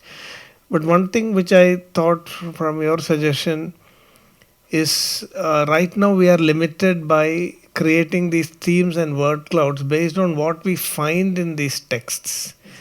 That is the limitation. Whereas if there are other ideas, we could also do the Pratiloma approach, where we get the topic and then we try to find out whether there is something related to that. So both approaches may have to be taken. Yeah, that was my point. So don't limit it to these four categories as behavioral or larger plan health, etc. But look at other things emerge, even negative health factors. No? Air pollution. Air pollution is a big thing. Now climate and health has become so important. Things would still come under the first category. What we, when we talk about planetary health, exposure to green spaces, water bodies, air, everything will come there. So these four categories we thought will be the overarching framework. We could subdivide them. And right now there are a lot of missing things because we have tried to collect these materials from what is available to us. So we are still scratching at the surface. So as we get more and more information, this will become more widespread. But yes, I agree that there may be many missing topics which we could also start compiling, and even though we may not have any reference for it at this point of time. Just for this one more thing, I wrote an article on basin practices in Japan. That was about the onset. So across what is happening, how people take bath and these sulfur springs. And that's very interesting, the data that is coming to back, the biological aspect as well as the cultural aspect. So I think these are new topics. Could bring it forward.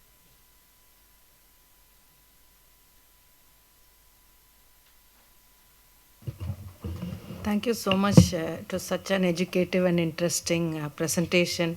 The Mrigapakshi Shastra and the Subhashita and other, so the Yoni species, it's all very interesting. We've never heard about these things earlier. As for the linking, I just want to respond on two themes, which one is how to make this contemporary rather than, which you said is one of your key objectives. The second is how to make this the significance of your findings for historical, literary, that I'll come to later. But I think the key thing that all my colleagues, friends here and you are concerned is how to make this contemporary. I would think that linking terms like planetary health, One Health, with the terms in Sanskrit texts may not, personally I think that may not be the best way of doing it, though it can be a good way of starting. The reason is, like as was already pointed out, these concepts have been floated by international organizations within a very highly consumerist society. Everything is being consumed, made into a product. So they are having these kind of political ideals, just they are guideposts. But the way these traditional texts talk about it is a very different society. It was a different social setting. Economic arrangements were different. Nothing was mass produced. So can we think of using these ideals not just to integrate them with existing concepts? Can you develop a critique? For in sociology, social sciences and political science, there's a powerful critique today that everything is produced for consumption. We are a consuming society. The whole issue of sustainability is because you want to mass produce everything. Everybody, they are encouraging you to consume, buy more clothes, eat more. Even if you say healthy food, vegan food, organic food, you packet it and sell and consume. We are not making anything. We are not working anything with our hands. So we are, it's said in sociology, we are purely a consuming society with no soul. You will have no soul when you don't produce or do anything of your own.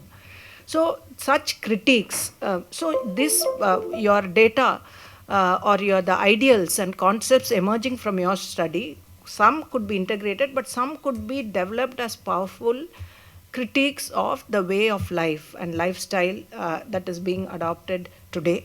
So one is the critique of consumption, excessive mass production, so all these sustainable goals, all these things are possible only when, I think they also, you have mentioned in the slide, no, that excessively wanting to possess many things.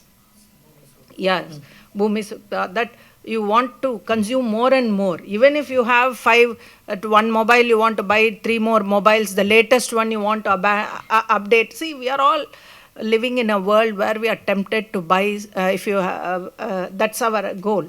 We can't have that and have sustainability. Whether old style sustainability or today's sustainability, the only way is actually to live a contented life with a limited set of resources. Of course, we can't lead a life without mobile phones, but we don't need to junk these are the challenges we face in modern society to bring the ideals of sustainable ideals of a past society, behavioral guidelines, how you should be, what is the critique of the market, how can we live in a market society, at the same time lead sustainable life. Can we give something from these, because they are not extreme positions also, a critique, a guideline, I think that will be very valuable source of information. Then correlating is a first step, but more substantive, I would think, is this critique and come out with what could be the possible ways that these ideals could be achieved in our contemporary society. Because Shanti is a more profound experience and term than well-being. In well-being studies, what they are trying to study is your well-being is calculated on the basis of what you want, what you desire and what you have. If you desire to visit temple or mosque or church 5 times, but you are only able to go 2 times a week, then your well-being index is low. It's a quantitative measurement of what you want. So let us say you want to have 5 mobile phones, but you have only 1. Your material well-being is that much low. But Shanti, as we know, is peace and contentment with what you have. So the philosophy, the inner purpose of some of these concepts are different. They are relevant today. Yoga, the 5 yama, niyama and all, they are relevant today, but we don't know how to follow them. We are all caught up by Netflix, Amazon, phone, everything. So I think this could give us some, that's one. So critique, because and second critique, huge critique of Western way of doing science has been provided by sociologists like Shiv Vishwanathan and J.P.S. Oberoi, is the vivisectionism of modern science. Our modern ways of knowing, animal experiments, you cut, not dead animals, not dissection, vivisection, increasingly you torture living animals. If you see neuropsychiatry, neurology, neurosurgery, all drug research is, millions of animals are killed through torturous experiments. They are all electrodes, etc., are placed, and that is vivisection. That is killing living animals for the sake of knowledge. They say knowledge. Then the same thing is applied in the factory. There's a whole big thesis there of vivisectionism. So how will you look at animal experiments in Ayurveda? Will they fit into these principles? Can we have vivisection to test Ayurvedic drugs? Is it right? So vivisectionism will not be acceptable to the kind of ideals that were just shown to us. So, and it is a powerful critique, because many things in the modern world are vivisection. You try a new technology or drug, whatever is bad about it, we will come to know after many people use it. Then anyway, by then you can't change it. Already the infrastructure is there. So that these kind of critiques are already available in social sciences, which have a resonance with the ideals you are presenting. So contemporary relevance could come by a collaboration with social science philosophies of critiques, and then we can show how these ideals could be. That's one. And also new experiments in NGO sector, people trying to experiment with sustainable ideals. There are many NGOs who want to produce handloom, handicrafts and all. Are they, what kind of, there is some documentation there. Are they, these could be of help to them also, a kind of support and all that. That's the first part, contemporizing. I think it'll be very relevant if we can adapt some of this to current conditions. Second is the historical relevance of this information. Literary and historical relevance is very great. In this, I just have 3 quick points. One is the many things that were shared. There were many more that have not been shared, probably known by in the process of your long research. I'm sure you know a lot more than what you put in the slide. So maybe there are facts, there are concepts, there are ideals, and there could be theories in this. Some kind of arrangement like that may be one. Second, from other disciplines, you said you didn't have the time to look into it. Will it be relevant or possible to hire experts from Kavya or Vyakarana to be able to give you those readily, because they know everything? And thirdly, the other healing approaches, we are told that astrology was an allied field of medicine. Many Vaidyas also knew astrology. On the other hand, Dharma Shastra is a parallel lifestyle suggestion. So they, rather than treating them as different disciplines, are they as astrology, medicine, set of allied disciplines dealing with healing and curing? Medicine cures, Ayurveda cures, astrology might give you some various things to heal, like that. And Dharma Shastra may suggest you everyday routine, how to do. Whether they all come together or they suggest opposite things, those kind of questions will be of interest. You probably already know the answer. This is as an outsider. But this is the historical, literary task of this. So on the whole, I think this kind of work has both historical, literary purpose, which anyway you are proceeding. The contemporary thing is of great interest to me. It could be some kind of an inspiration to, from tradition sources, to come out of, or try to come out of, a consumerist culture. Thank you. Thank you. So I think, yes, there are many useful and suggestions and pointers that you have given. I really like this idea of a critique. Instead of making a correlation, it carries forward from what Unnikrishnan was pointing out. So we would be very happy to, if possible, collaborate in this process. We may need some kind of help in developing this critique. So the other points, I was just struck by this animal experimentation thing, which is something I have also been thinking about for many years, whether animal experimentation makes sense in the context of Ayurveda. Animal experimentation we do for two things: toxicity and safety today. If to know whether a medicine that we are using is toxic, we put animals to toxicity studies. That has got nothing to do with efficacy. It just tells you at what dose the medicine is safe and at what dose it is toxic. The other thing is, of course, models. Now, the problem with modern animal models are that they are all not natural. You have to induce the disease into the animal first. And most of these are not mimicking the human disease. This is a problem. So you are putting them to a lot of trouble without justification. Because what I was also thinking about is in Ayurveda, we have this difference between Kama Himsa and Dharma Himsa.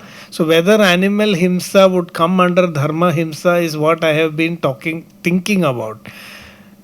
Unless it is really justified, unless there is really a positive benefit, so you would, just like eating meat for food, it is classified under Dharma Himsa in some context and in Kama Himsa under another context.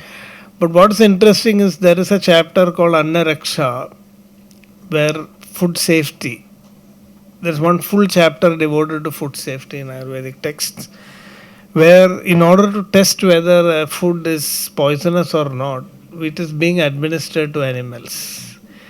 So I'm not justifying this, but this practice of using animals to test whether something is, but it's not medicine, it's food itself. Whether the food is toxic or not, animals were used, but not in an experimental mode as we use today. Large scale. This is the second thing is, instead of animal studies, we understood that so I don't believe in the idea that what works in animals may not completely work in humans, because our Shastras, they used what is called a zoo pharmacognosy. Not actually experimenting with animals, but observing how animals, heal themselves. So even the Atharva Veda is talking about the medicines that the animals know. The medicines that mongoose knows, the medicine that the eagle knows, the medicines that the serpent knows, let it come to me for my help. So recently there was an article on orangutan, was able to heal itself, using it's a scientifically validated, observation that there are actually healing ingredients in the herb that animal was actually using. So I think in Ayurveda it's more of zoo pharmacognosy rather than animal experimentation. But in a certain context, if we are able to define what is Dharma Himsa, then I think we should be able to include that. The third thing about astrology, here we are coming to a real epistemological conflict. Because now, as of now, if you bring astrology into Ayurveda, this is why a lot of people are hesitating.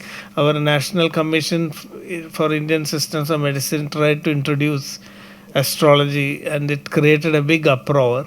Because this current idea of science, and rationality makes it very difficult to accommodate. Ayurveda got accommodated. It's still classified as pseudoscience.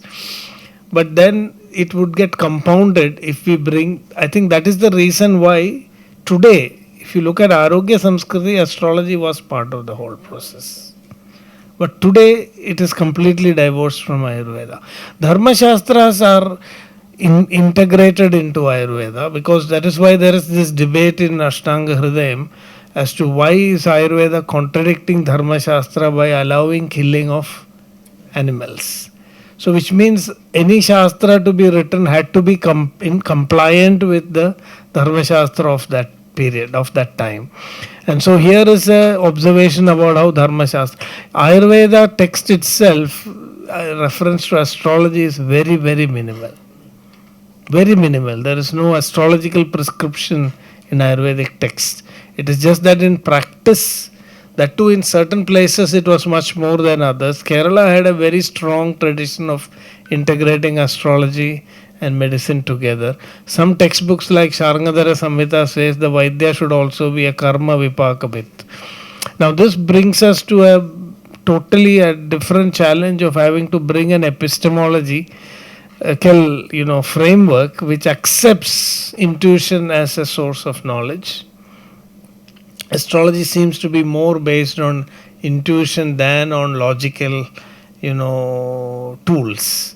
So, and as to be a good astrologer, you need to be a spiritual practitioner also, which is completely being lost today. So it's a very complicated situation. What I have found, the moment you bring astrology into the discourse, we lose connection with a lot of people. I mean, they find it now, they are very dismissive now at that point of time. So, yes. I just want to clarify. I am not suggesting we should bring astrology into Ayurveda. I don't think like Ayurveda itself made separated itself very much from these kind of predictions. There are some nice publications which you might know on the debate between these different schools of thought. So Ayurveda clearly and wanted to restrict itself to the mandate of curing. But some in families you have, but if you still have a problem, you can consult astrologer, or the physician needed to know whether they can cure a patient or not if the patient arrives at this muhurtam. Those kind of information Those things are there. So I'm not saying astrology should be made part of Ayurveda. I'm saying allied, was it an allied discipline or not an allied discipline? If you distinguish between curing and healing, Ayurveda did curing. Healing means anxieties, other, it's not physical but psychological, mental well-being. You have anxieties, you have some upcoming crisis, somebody is critically ill, then they say you also do astrology. We say a pluralist strategy adopted by people. So can astrology, medical astrology be seen as an allied in healing? But even for mental well-being, Ayurveda gives a series of bodily therapies, I think. Yes. So the mental healing, or what you call psychotherapy today, was probably provided by astrologers in those days. I'm just saying. I think there was a collaboration. Ayurvedic texts, because Jyotisha traditionally required even more effort than Ayurveda to master. So it would have been impossible for a Vaidya would learn astrology but may not be an expert. So he had to actually consult an astrologer. So that system was there. There are textbooks like Veerasimha Avalohana, Karma Vipaka. Yes, where they are talking about Karma Vipaka and how diseases. So Ayurveda also found that there were many diseases where they couldn't even today modern medicine has that conceptual void where they don't understand why some people get cancer, for example. You cannot trace it to smoking or any carcinogen. Absolutely, there is a clear understanding gap. Why it happens, we do not know. And why in some people the disease takes on a sudden, bad course. Why some people from very difficult situations, so they call many theories, they bring in spontaneous remission and random mutation and things like that, but it's not understood. Yeah. So it was in this context that Ayurveda brought in these other, and that would, I think, as you rightly mentioned, these interventions are psychologically very important for coping up with that situation. Even if you don't believe in astrology, I cannot deny my patient an astrological consultation because of the mental and psychological well-being that they would have from that process. But what Ayurveda seems to have highlighted is it was very rational. It didn't want these kind of beliefs or interventions to create a situation where the patient is denied, real treatment where it is necessary. So, for example, in Ayurveda, we will never see Yukti Vyapashrayam is the basis, rational treatment. Deva Vyapashrayam, where astrology comes in, is only a add-on. It is not the primary treatment. So, nobody would deny himself or herself medical treatment by going to an astrologer. Astrology would always be a add-on. Means you have to first try these treatments, and when it doesn't work, that is when you are allowed to. So you will not have a situation where you are sitting and only praying. It's pluralistic behavior, always. Always.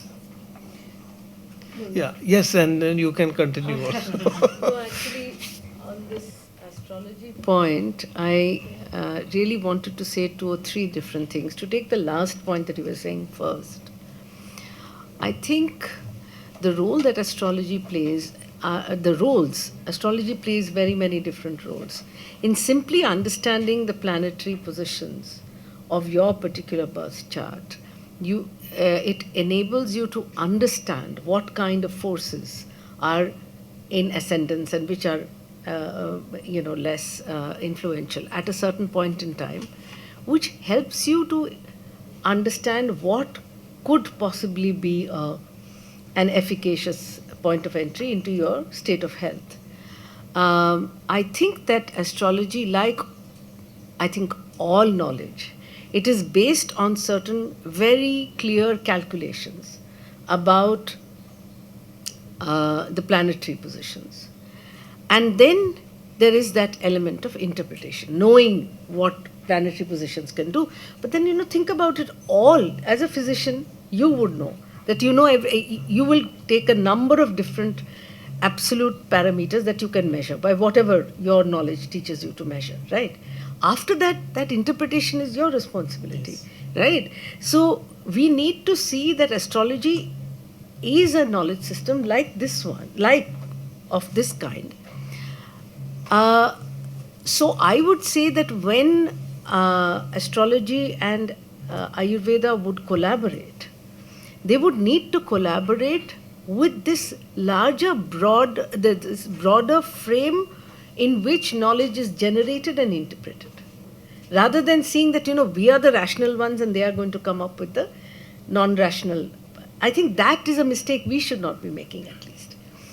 And I think that like Ayurveda, with astrology, with all of these knowledge systems that science has unnecessarily pitted itself against, as we are the rational and these are the non-rational. One of the biggest, that division is absolutely baseless, which we have all understood by now. But equally importantly is that you cannot judge a knowledge system by the worst of its practitioners. By its most, there is a rational and there's an interpretive space. Now that interpretive space, if it takes on all kinds of vikriti, as we would say, there's lots of different complicated negative kinds of interpretive space, that cannot define the discipline. So I find this deeply problematic that, we make these kinds of divisions on the basis of how we choose to interpret or what aspect of that practice that we choose to see. This is not just good analysis. So I think, I'm just talking about generally how people understand astrology and Ayurveda. It's the same thing. So I find that very problematic, and we at least should not be falling into that. The second thing is this, so these are the 2 things I wanted to say straight away on astrology. But it's very interesting. Each of the points that both Unni and Sujatha have raised are exactly the points at which I wanted to come in.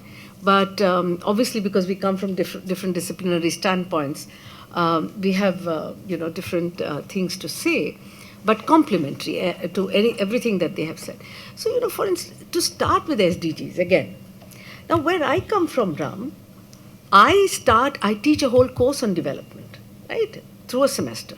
My point of entry is to say that, when we were students in the 80s, it was a critique of development. And, how development as a concept carries so many contradictions. And those contradictions have been established again and again and again, that whenever we try to adopt the development model, we are generating the same kind of contradictions. So a few always manage to get much better. Look at all of us. And you just have to step out within a kilometer, you will see dire poverty. So this is a framework that has been repeated again and again. And when people started talking about sustainable development, there was a lot of excitement that, all right, let's have industrialization without ruining the environment. Let's have any kind of progress without completely destroying nature. But 10, 15 years ago, at the very least, we recognized that when you keep on trying to replicate the same models of development, to make those sustainable are actually very problematic. And so a lot of vested interest in what is known as industrialization is run by people who have big capital. And for them, that whole logic of producing profit from capital, the minute it encounters a limitation from the point of view of exploiting or non-exploiting natural resources, they compromise and they step back. So the entire debate on sustainable development, by now many of us are arguing, it's an oxymoron. What is sustainable development? Development itself is a framework which is unsustainable. What do you mean by sustainable development? Now, so I'm just extending the critique that Sujatha is offering, and I'm not doing it. Already there's a huge literature available on this. And people are discussing that actually those of across the global south, which is actually the major part of the globe, across the global south, wherever there has not been industrialization, the possibility that we can still live sustainably exists. Now you'll say, Arey, but we want to be modern and industrialized like the rest of the world, and we also want to fly around in planes like we came, and we want to do this. Now we have to really ask ourselves these tough questions. This is related to the point I made earlier, that promoting Ayurveda means making medicines. This is the equation that cannot work.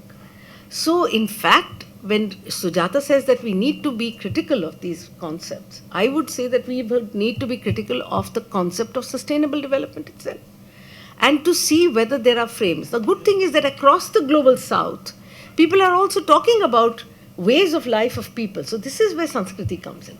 Ways of life of people in which it's not only behavior, which is very important, but behavior is related to what they do, how they produce, how they consume, and how they do not produce and do not consume. So it's very important that you eat in order to nourish yourself and to live. But eating as pretension is something that it's just something that we all grew up like that, right? So now, when we talk about Arogyasamskriti, then we should be prepared to say that, look, I deeply appreciate the place you're coming from, Ram, which is that, we don't want to create a lot of confusion and we don't want to counter. We want to be able to make things workable, etc. I deeply appreciate that point because, we have enough conflict as it is.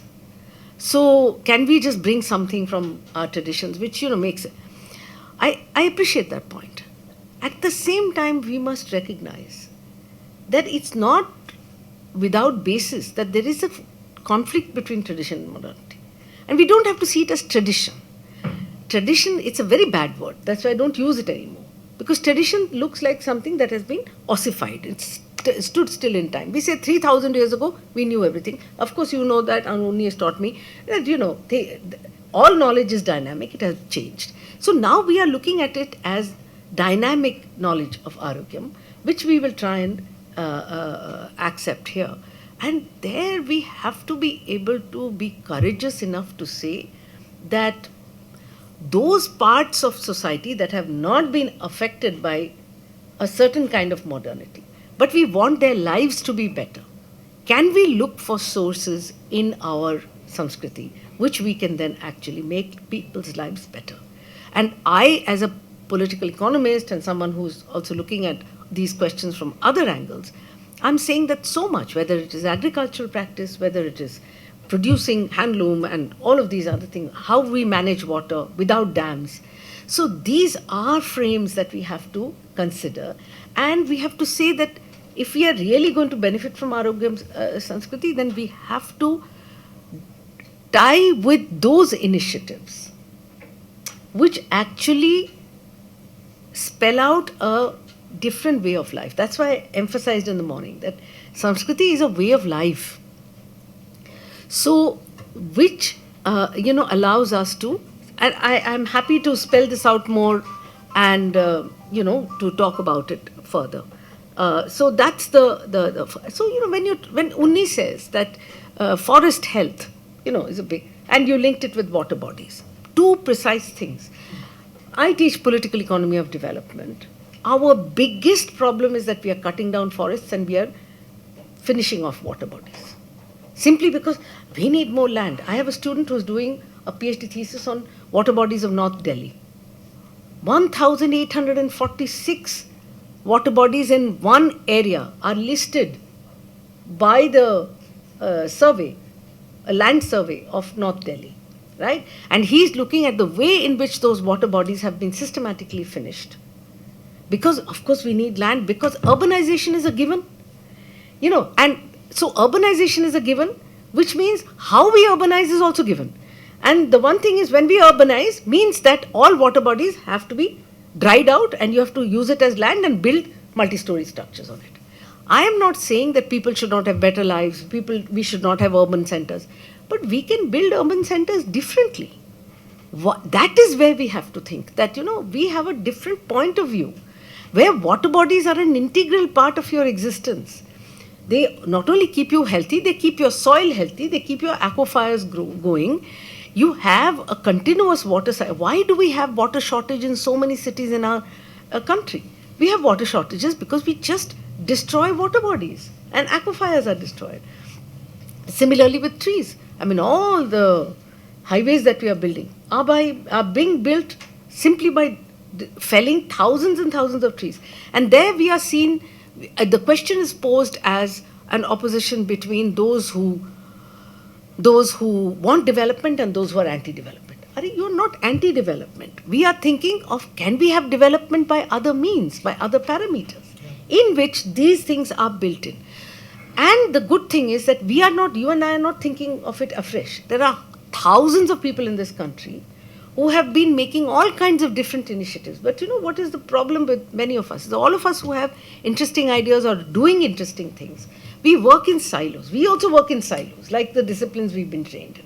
And so many people on the ground, we need to link with them. And I think that there we have a real potential for doing something very vibrant, very doable. And so your imperative that, it must be workable, it's something that should be applied and should be contemporary, absolutely on the same page with you. But how we do it, I would, push for us to actually evolve a slightly different space for it. And I'm happy to spell it out even more. The other point, two quick points also I'm going to make. One is about this whole knowledge and how, you're talking about utilitarian and non-utilitarian. One of the things I learned from you actually, Ram, was that when you look at these knowledges, so all these beautiful knowledges that Aparavidya that you listed and Paravidya, there may be a broad distinction between them being textual knowledges and oral practices. But there is a foundational epistemological link and intelligibility, a common intelligibility between the two Vidyas, right? Where what we understand is good knowledge is common, one.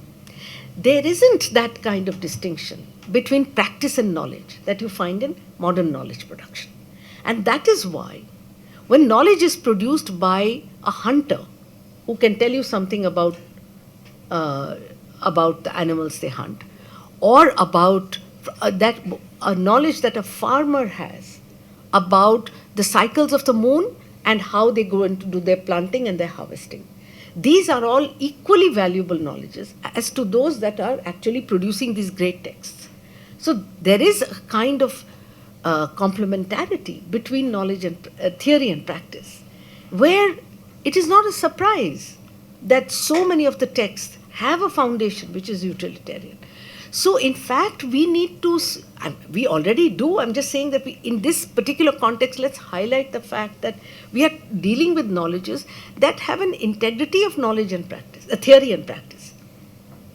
And so you have one text maybe which is, solely focused on understanding the animal kingdom, right? But most of the texts are about how the animal kingdom is useful for us and what do we do for them. So this understanding of the symbiotic relationship between theory and practice in our knowledge systems is something that we have to see as our strength. And that enables us to be a much better interventionist practically. This is what I'm trying to emphasize in what you are doing. But finally, one thing that's fascinated me for a very long time, and I really, it would be great if we can actually, because it comes also so nicely out of your work, this regional diversity question. While, you are listing it chronologically, and I can see why Unni is excited about it, I too am, and that this is a huge project, very daunting, but needs to be done. And we have to at least flag it that it needs to be done. The chronology means that, there's so many different inputs at different points in time, how it gets consolidated, etc. That's a very valuable part. But I think also that because Ayurveda is something that draws from ecology, the fact that we have so much diversity in ecology in this country would necessarily mean that there are Ayurvedas that match different ecologies. Hanna?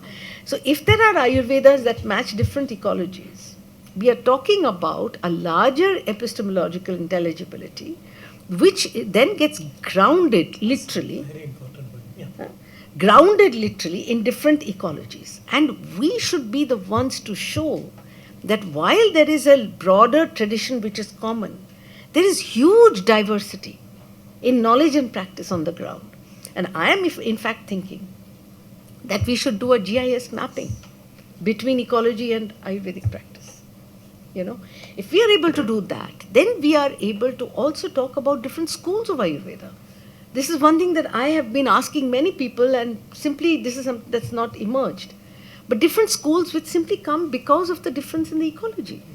And, as a political scientist, and for me that politics question is very important, this homogenizing of the Indian tradition is deeply problematic. We don't want homogenizing. The beauty of being a Hindu is that I'm a practicing Hindu. The beauty is that what I worship, no other practicing Hindu can tell me, no, you can't do this. You must worship who I worship. No, this doesn't work. You tell me I worship so and so, and I may have never heard of this devta. But I think, okay. They will explain to me what the logic of that devta is, and I'm fine. I'm happy with my Devi, Tripura Sundari. I have been taught how to pray to, and I understand where she is in my universe. The foundational thing, however, is that every practicing Hindu knows that they are part of the cosmos and the cosmos is within them. This is our foundational thing. I think that so much of knowledge for the contemporary, I think all of us are saying this in different ways. The fact that we are part of the cosmos, we are not masters of the cosmos. This is the foundational difference. So when the king has hunted so many and thinks, oh my God, what have I done? What that king is doing is going back to that foundational thing that we say in our prayers every day. Lam, hum, what are we saying? We are part and parcel of the Pancha Mahabhuta. So that, when we are talking about planetary health, that is what we mean. They haven't the foggiest idea that every individual can consider themselves part of the cosmos. And that informs our development interventions, that informs our notions of prosperity, that informs our foundational notions of consumption, as Sujatha was pointing out. Enough. This is enough. That's fine. This is a deep,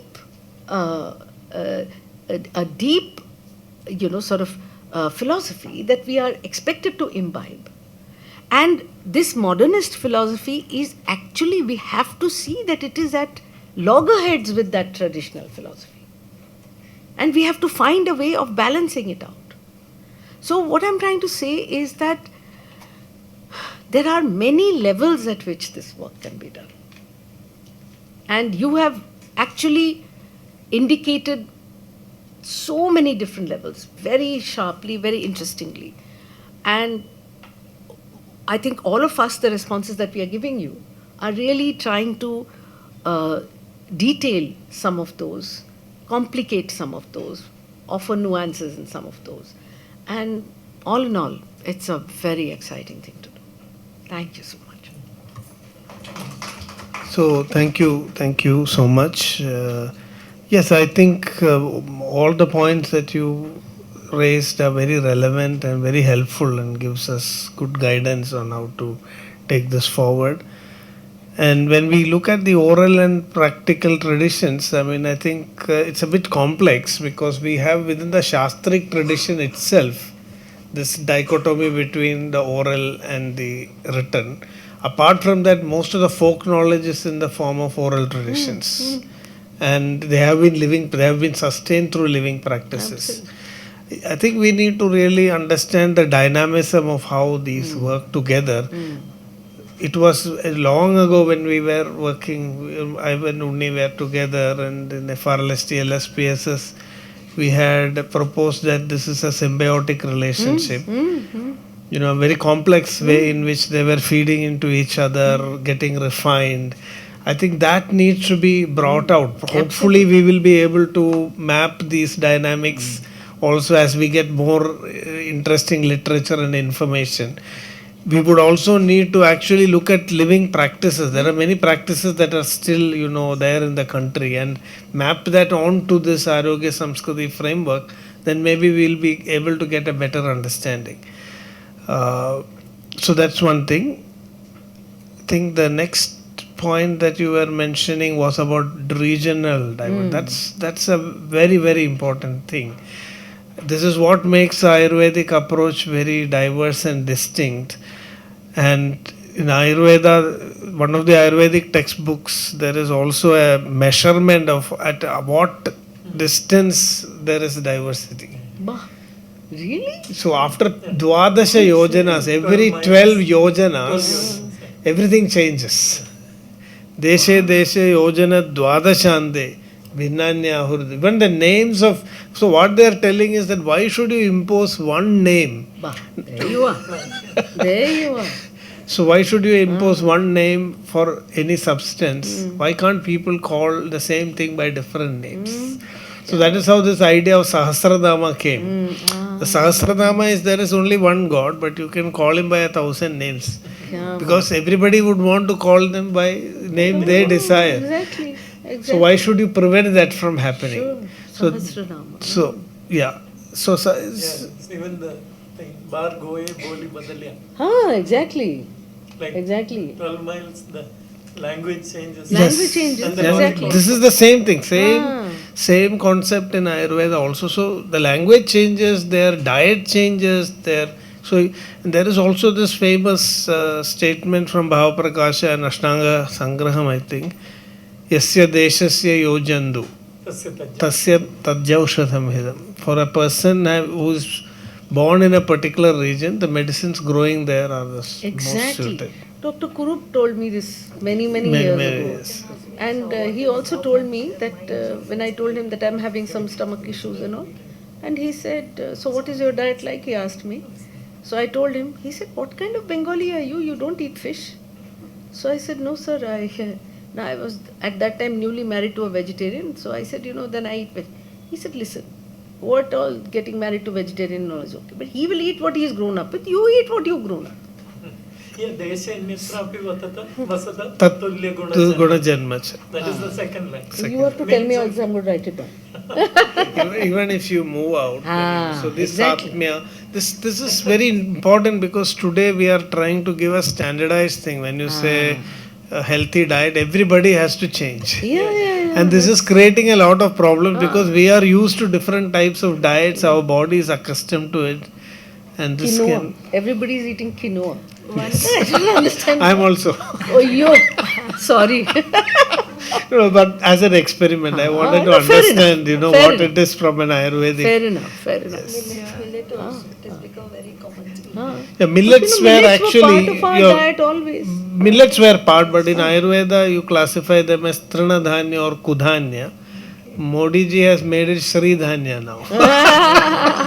But why is it called Kudhanya? Kudhanya, it is also not good to take it, too much. Acha. Yeah. But in some parts of the country, that's what they used to eat as a default grain. No, they used to circulate it. There are some which can, in excess use, can cause problems. They circulated the diet. So even when if you are using, so even modern science also says more of oxalates and things like that. They are also pointing out excess use is not good. It specifically says in the Kodro Uddalagishani Tadyukti Rati Seviti. If you Eat that is considered as a cause for some diseases in Ayurveda also. So that narrative was changed. One allopathic doctor was criticizing me, saying we cannot follow Ayurveda because of Modi. I said, what are you talking about? He said, millets. So then I told him, see how Kudhanya became Sridhanya. Ayurveda is... Dr. Ramji, you have brought out a beautiful presentation and also introduced a new concept called Arogyasamskriti. It is beautiful, and the relationship with the ancient scriptures, that is really wonderful. I think we can get a lot of best review of literatures for this work. Now, beautifully presented. Now, only thing is, I would like to know: are you trying to develop an interdisciplinary approach, or you are going to concentrate only in the social aspects as such? Are you going to cover up the clinical side also in the present research? Looking at, we're basically looking at demedicalizing this whole thing. Okay. So we don't want to bring it into a clinical medical context. Okay. So if you could, think of certain things like some plants or some, things which we are getting from the chemical, whatever it is, Yeah, so that is getting one from thing the which we animals. wanted. We were thinking of adding a fifth dimension Okay. of medicinal aushadas.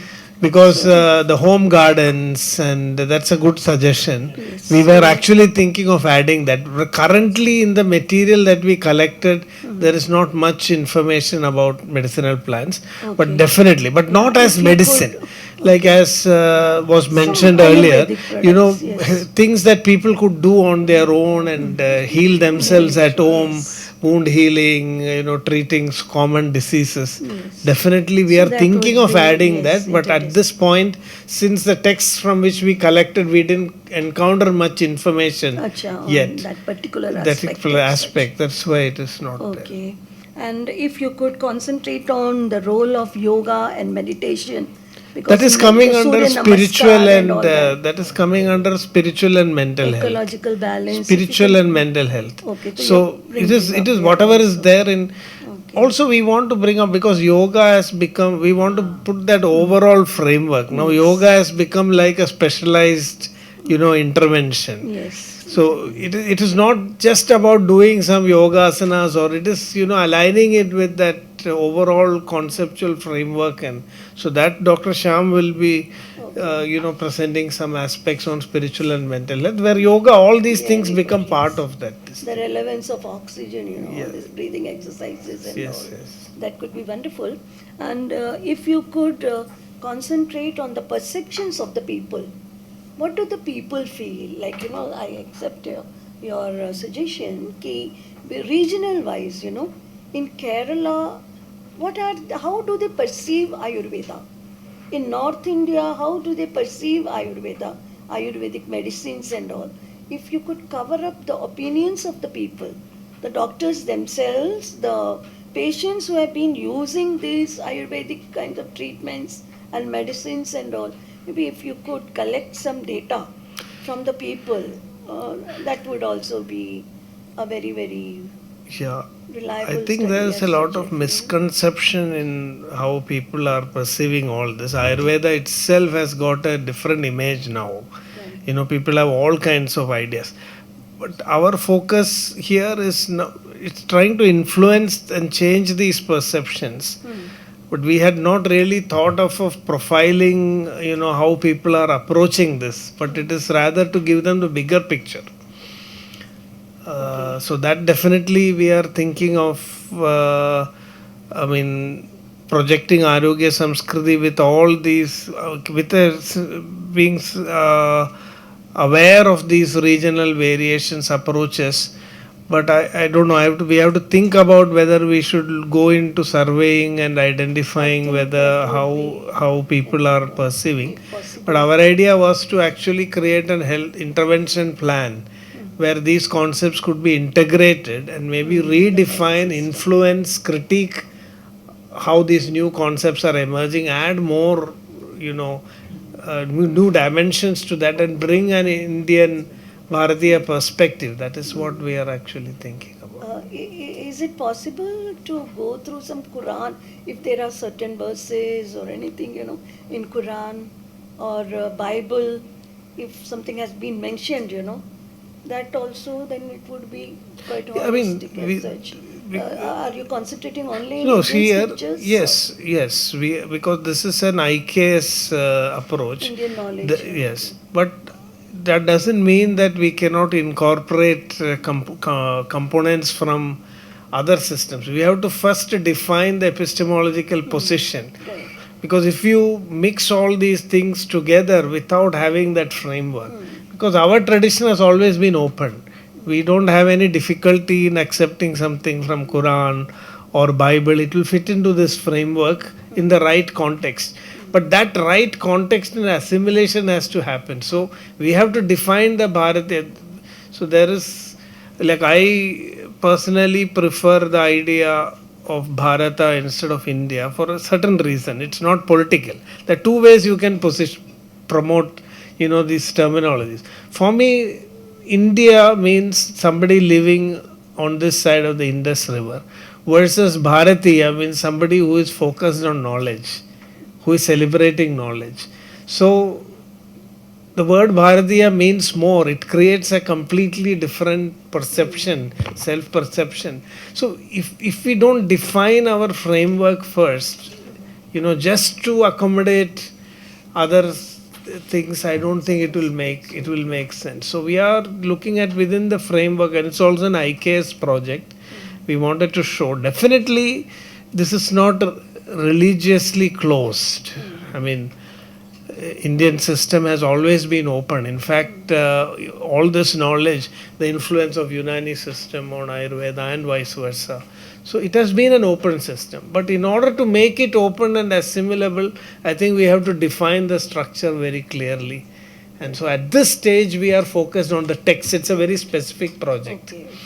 It's looking at how India was an Arogyasamskriti at that time and how that can inspire. So when we come to the actual action plan, we can draw from other literatures also. So at this stage, it is an IKS kind of project. Okay. Thank you.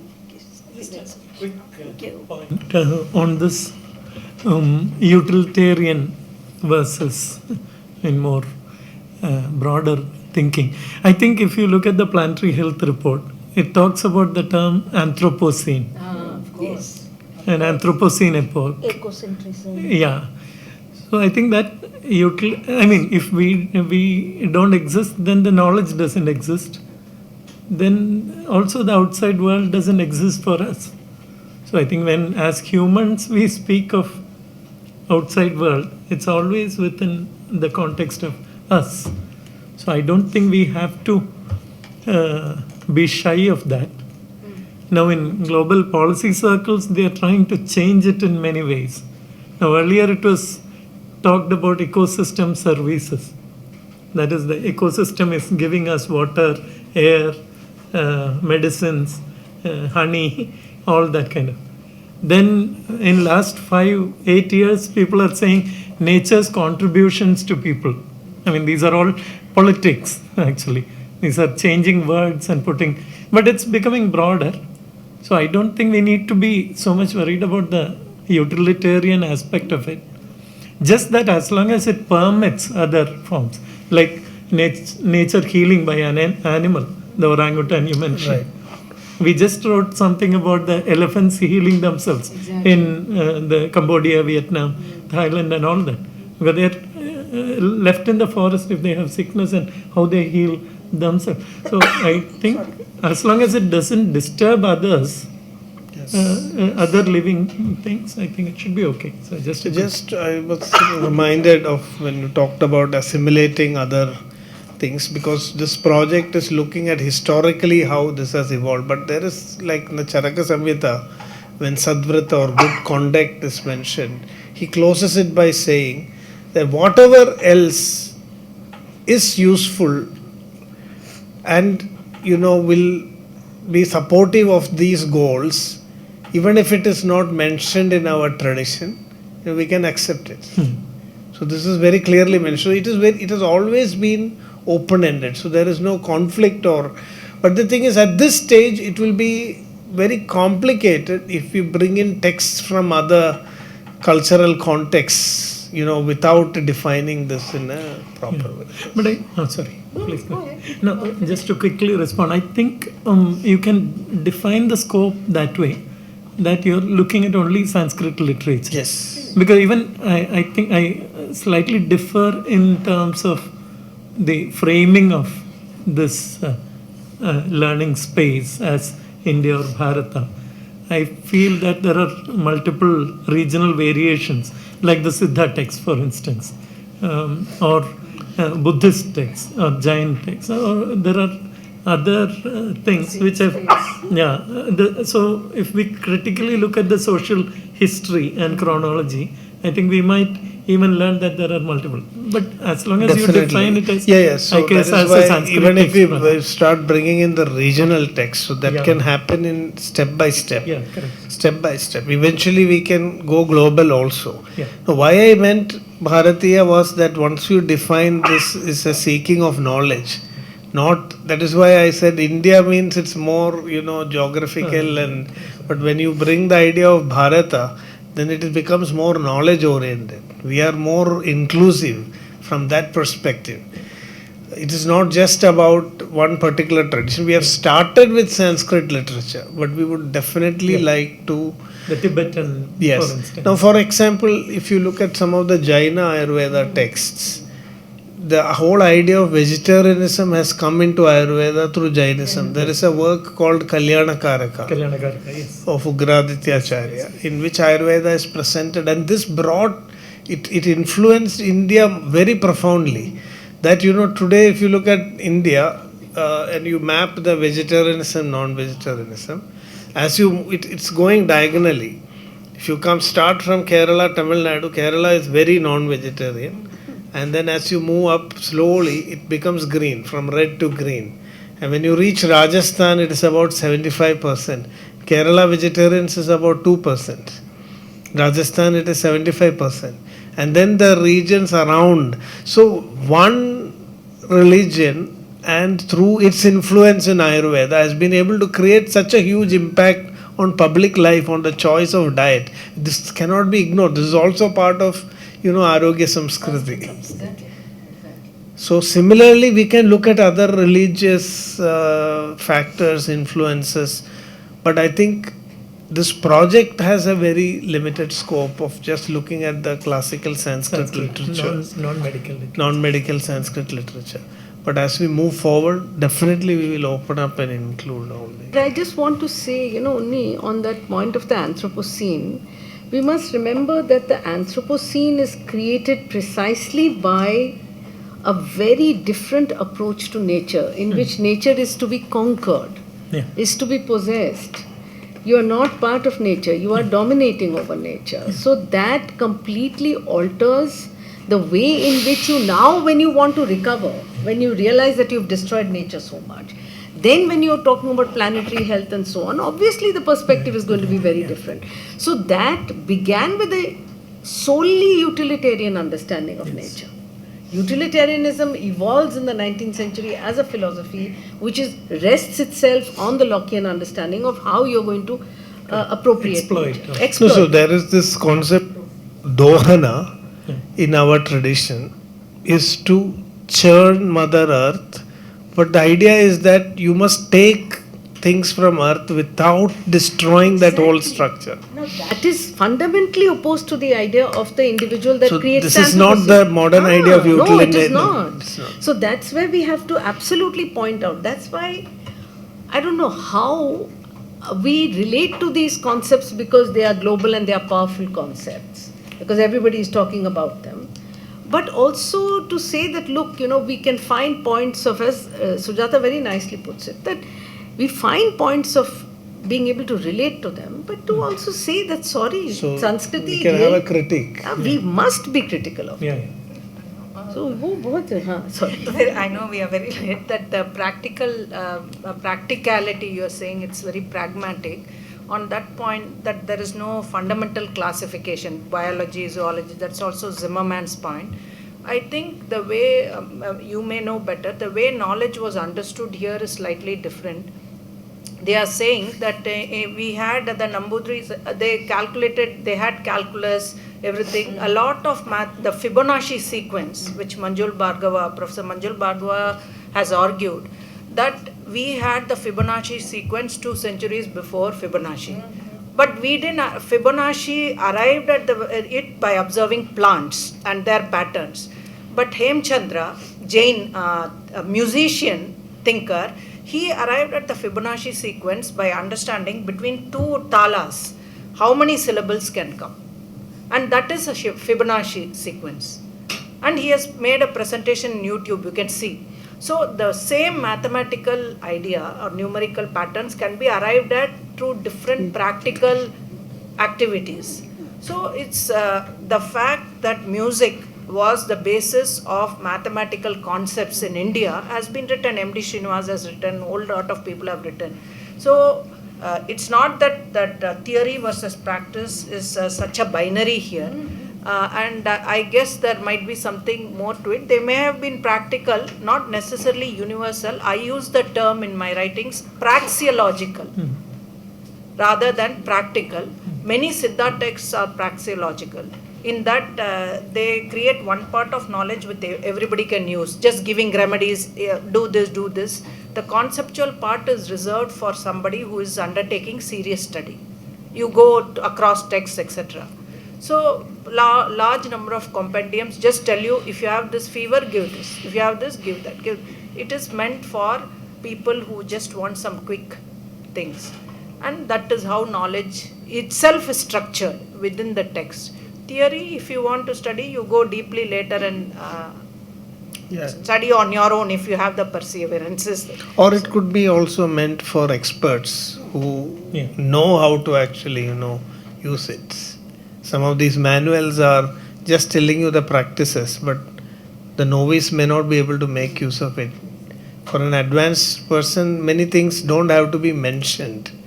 When they understand the formula, they will know actually where to use it and how to use it.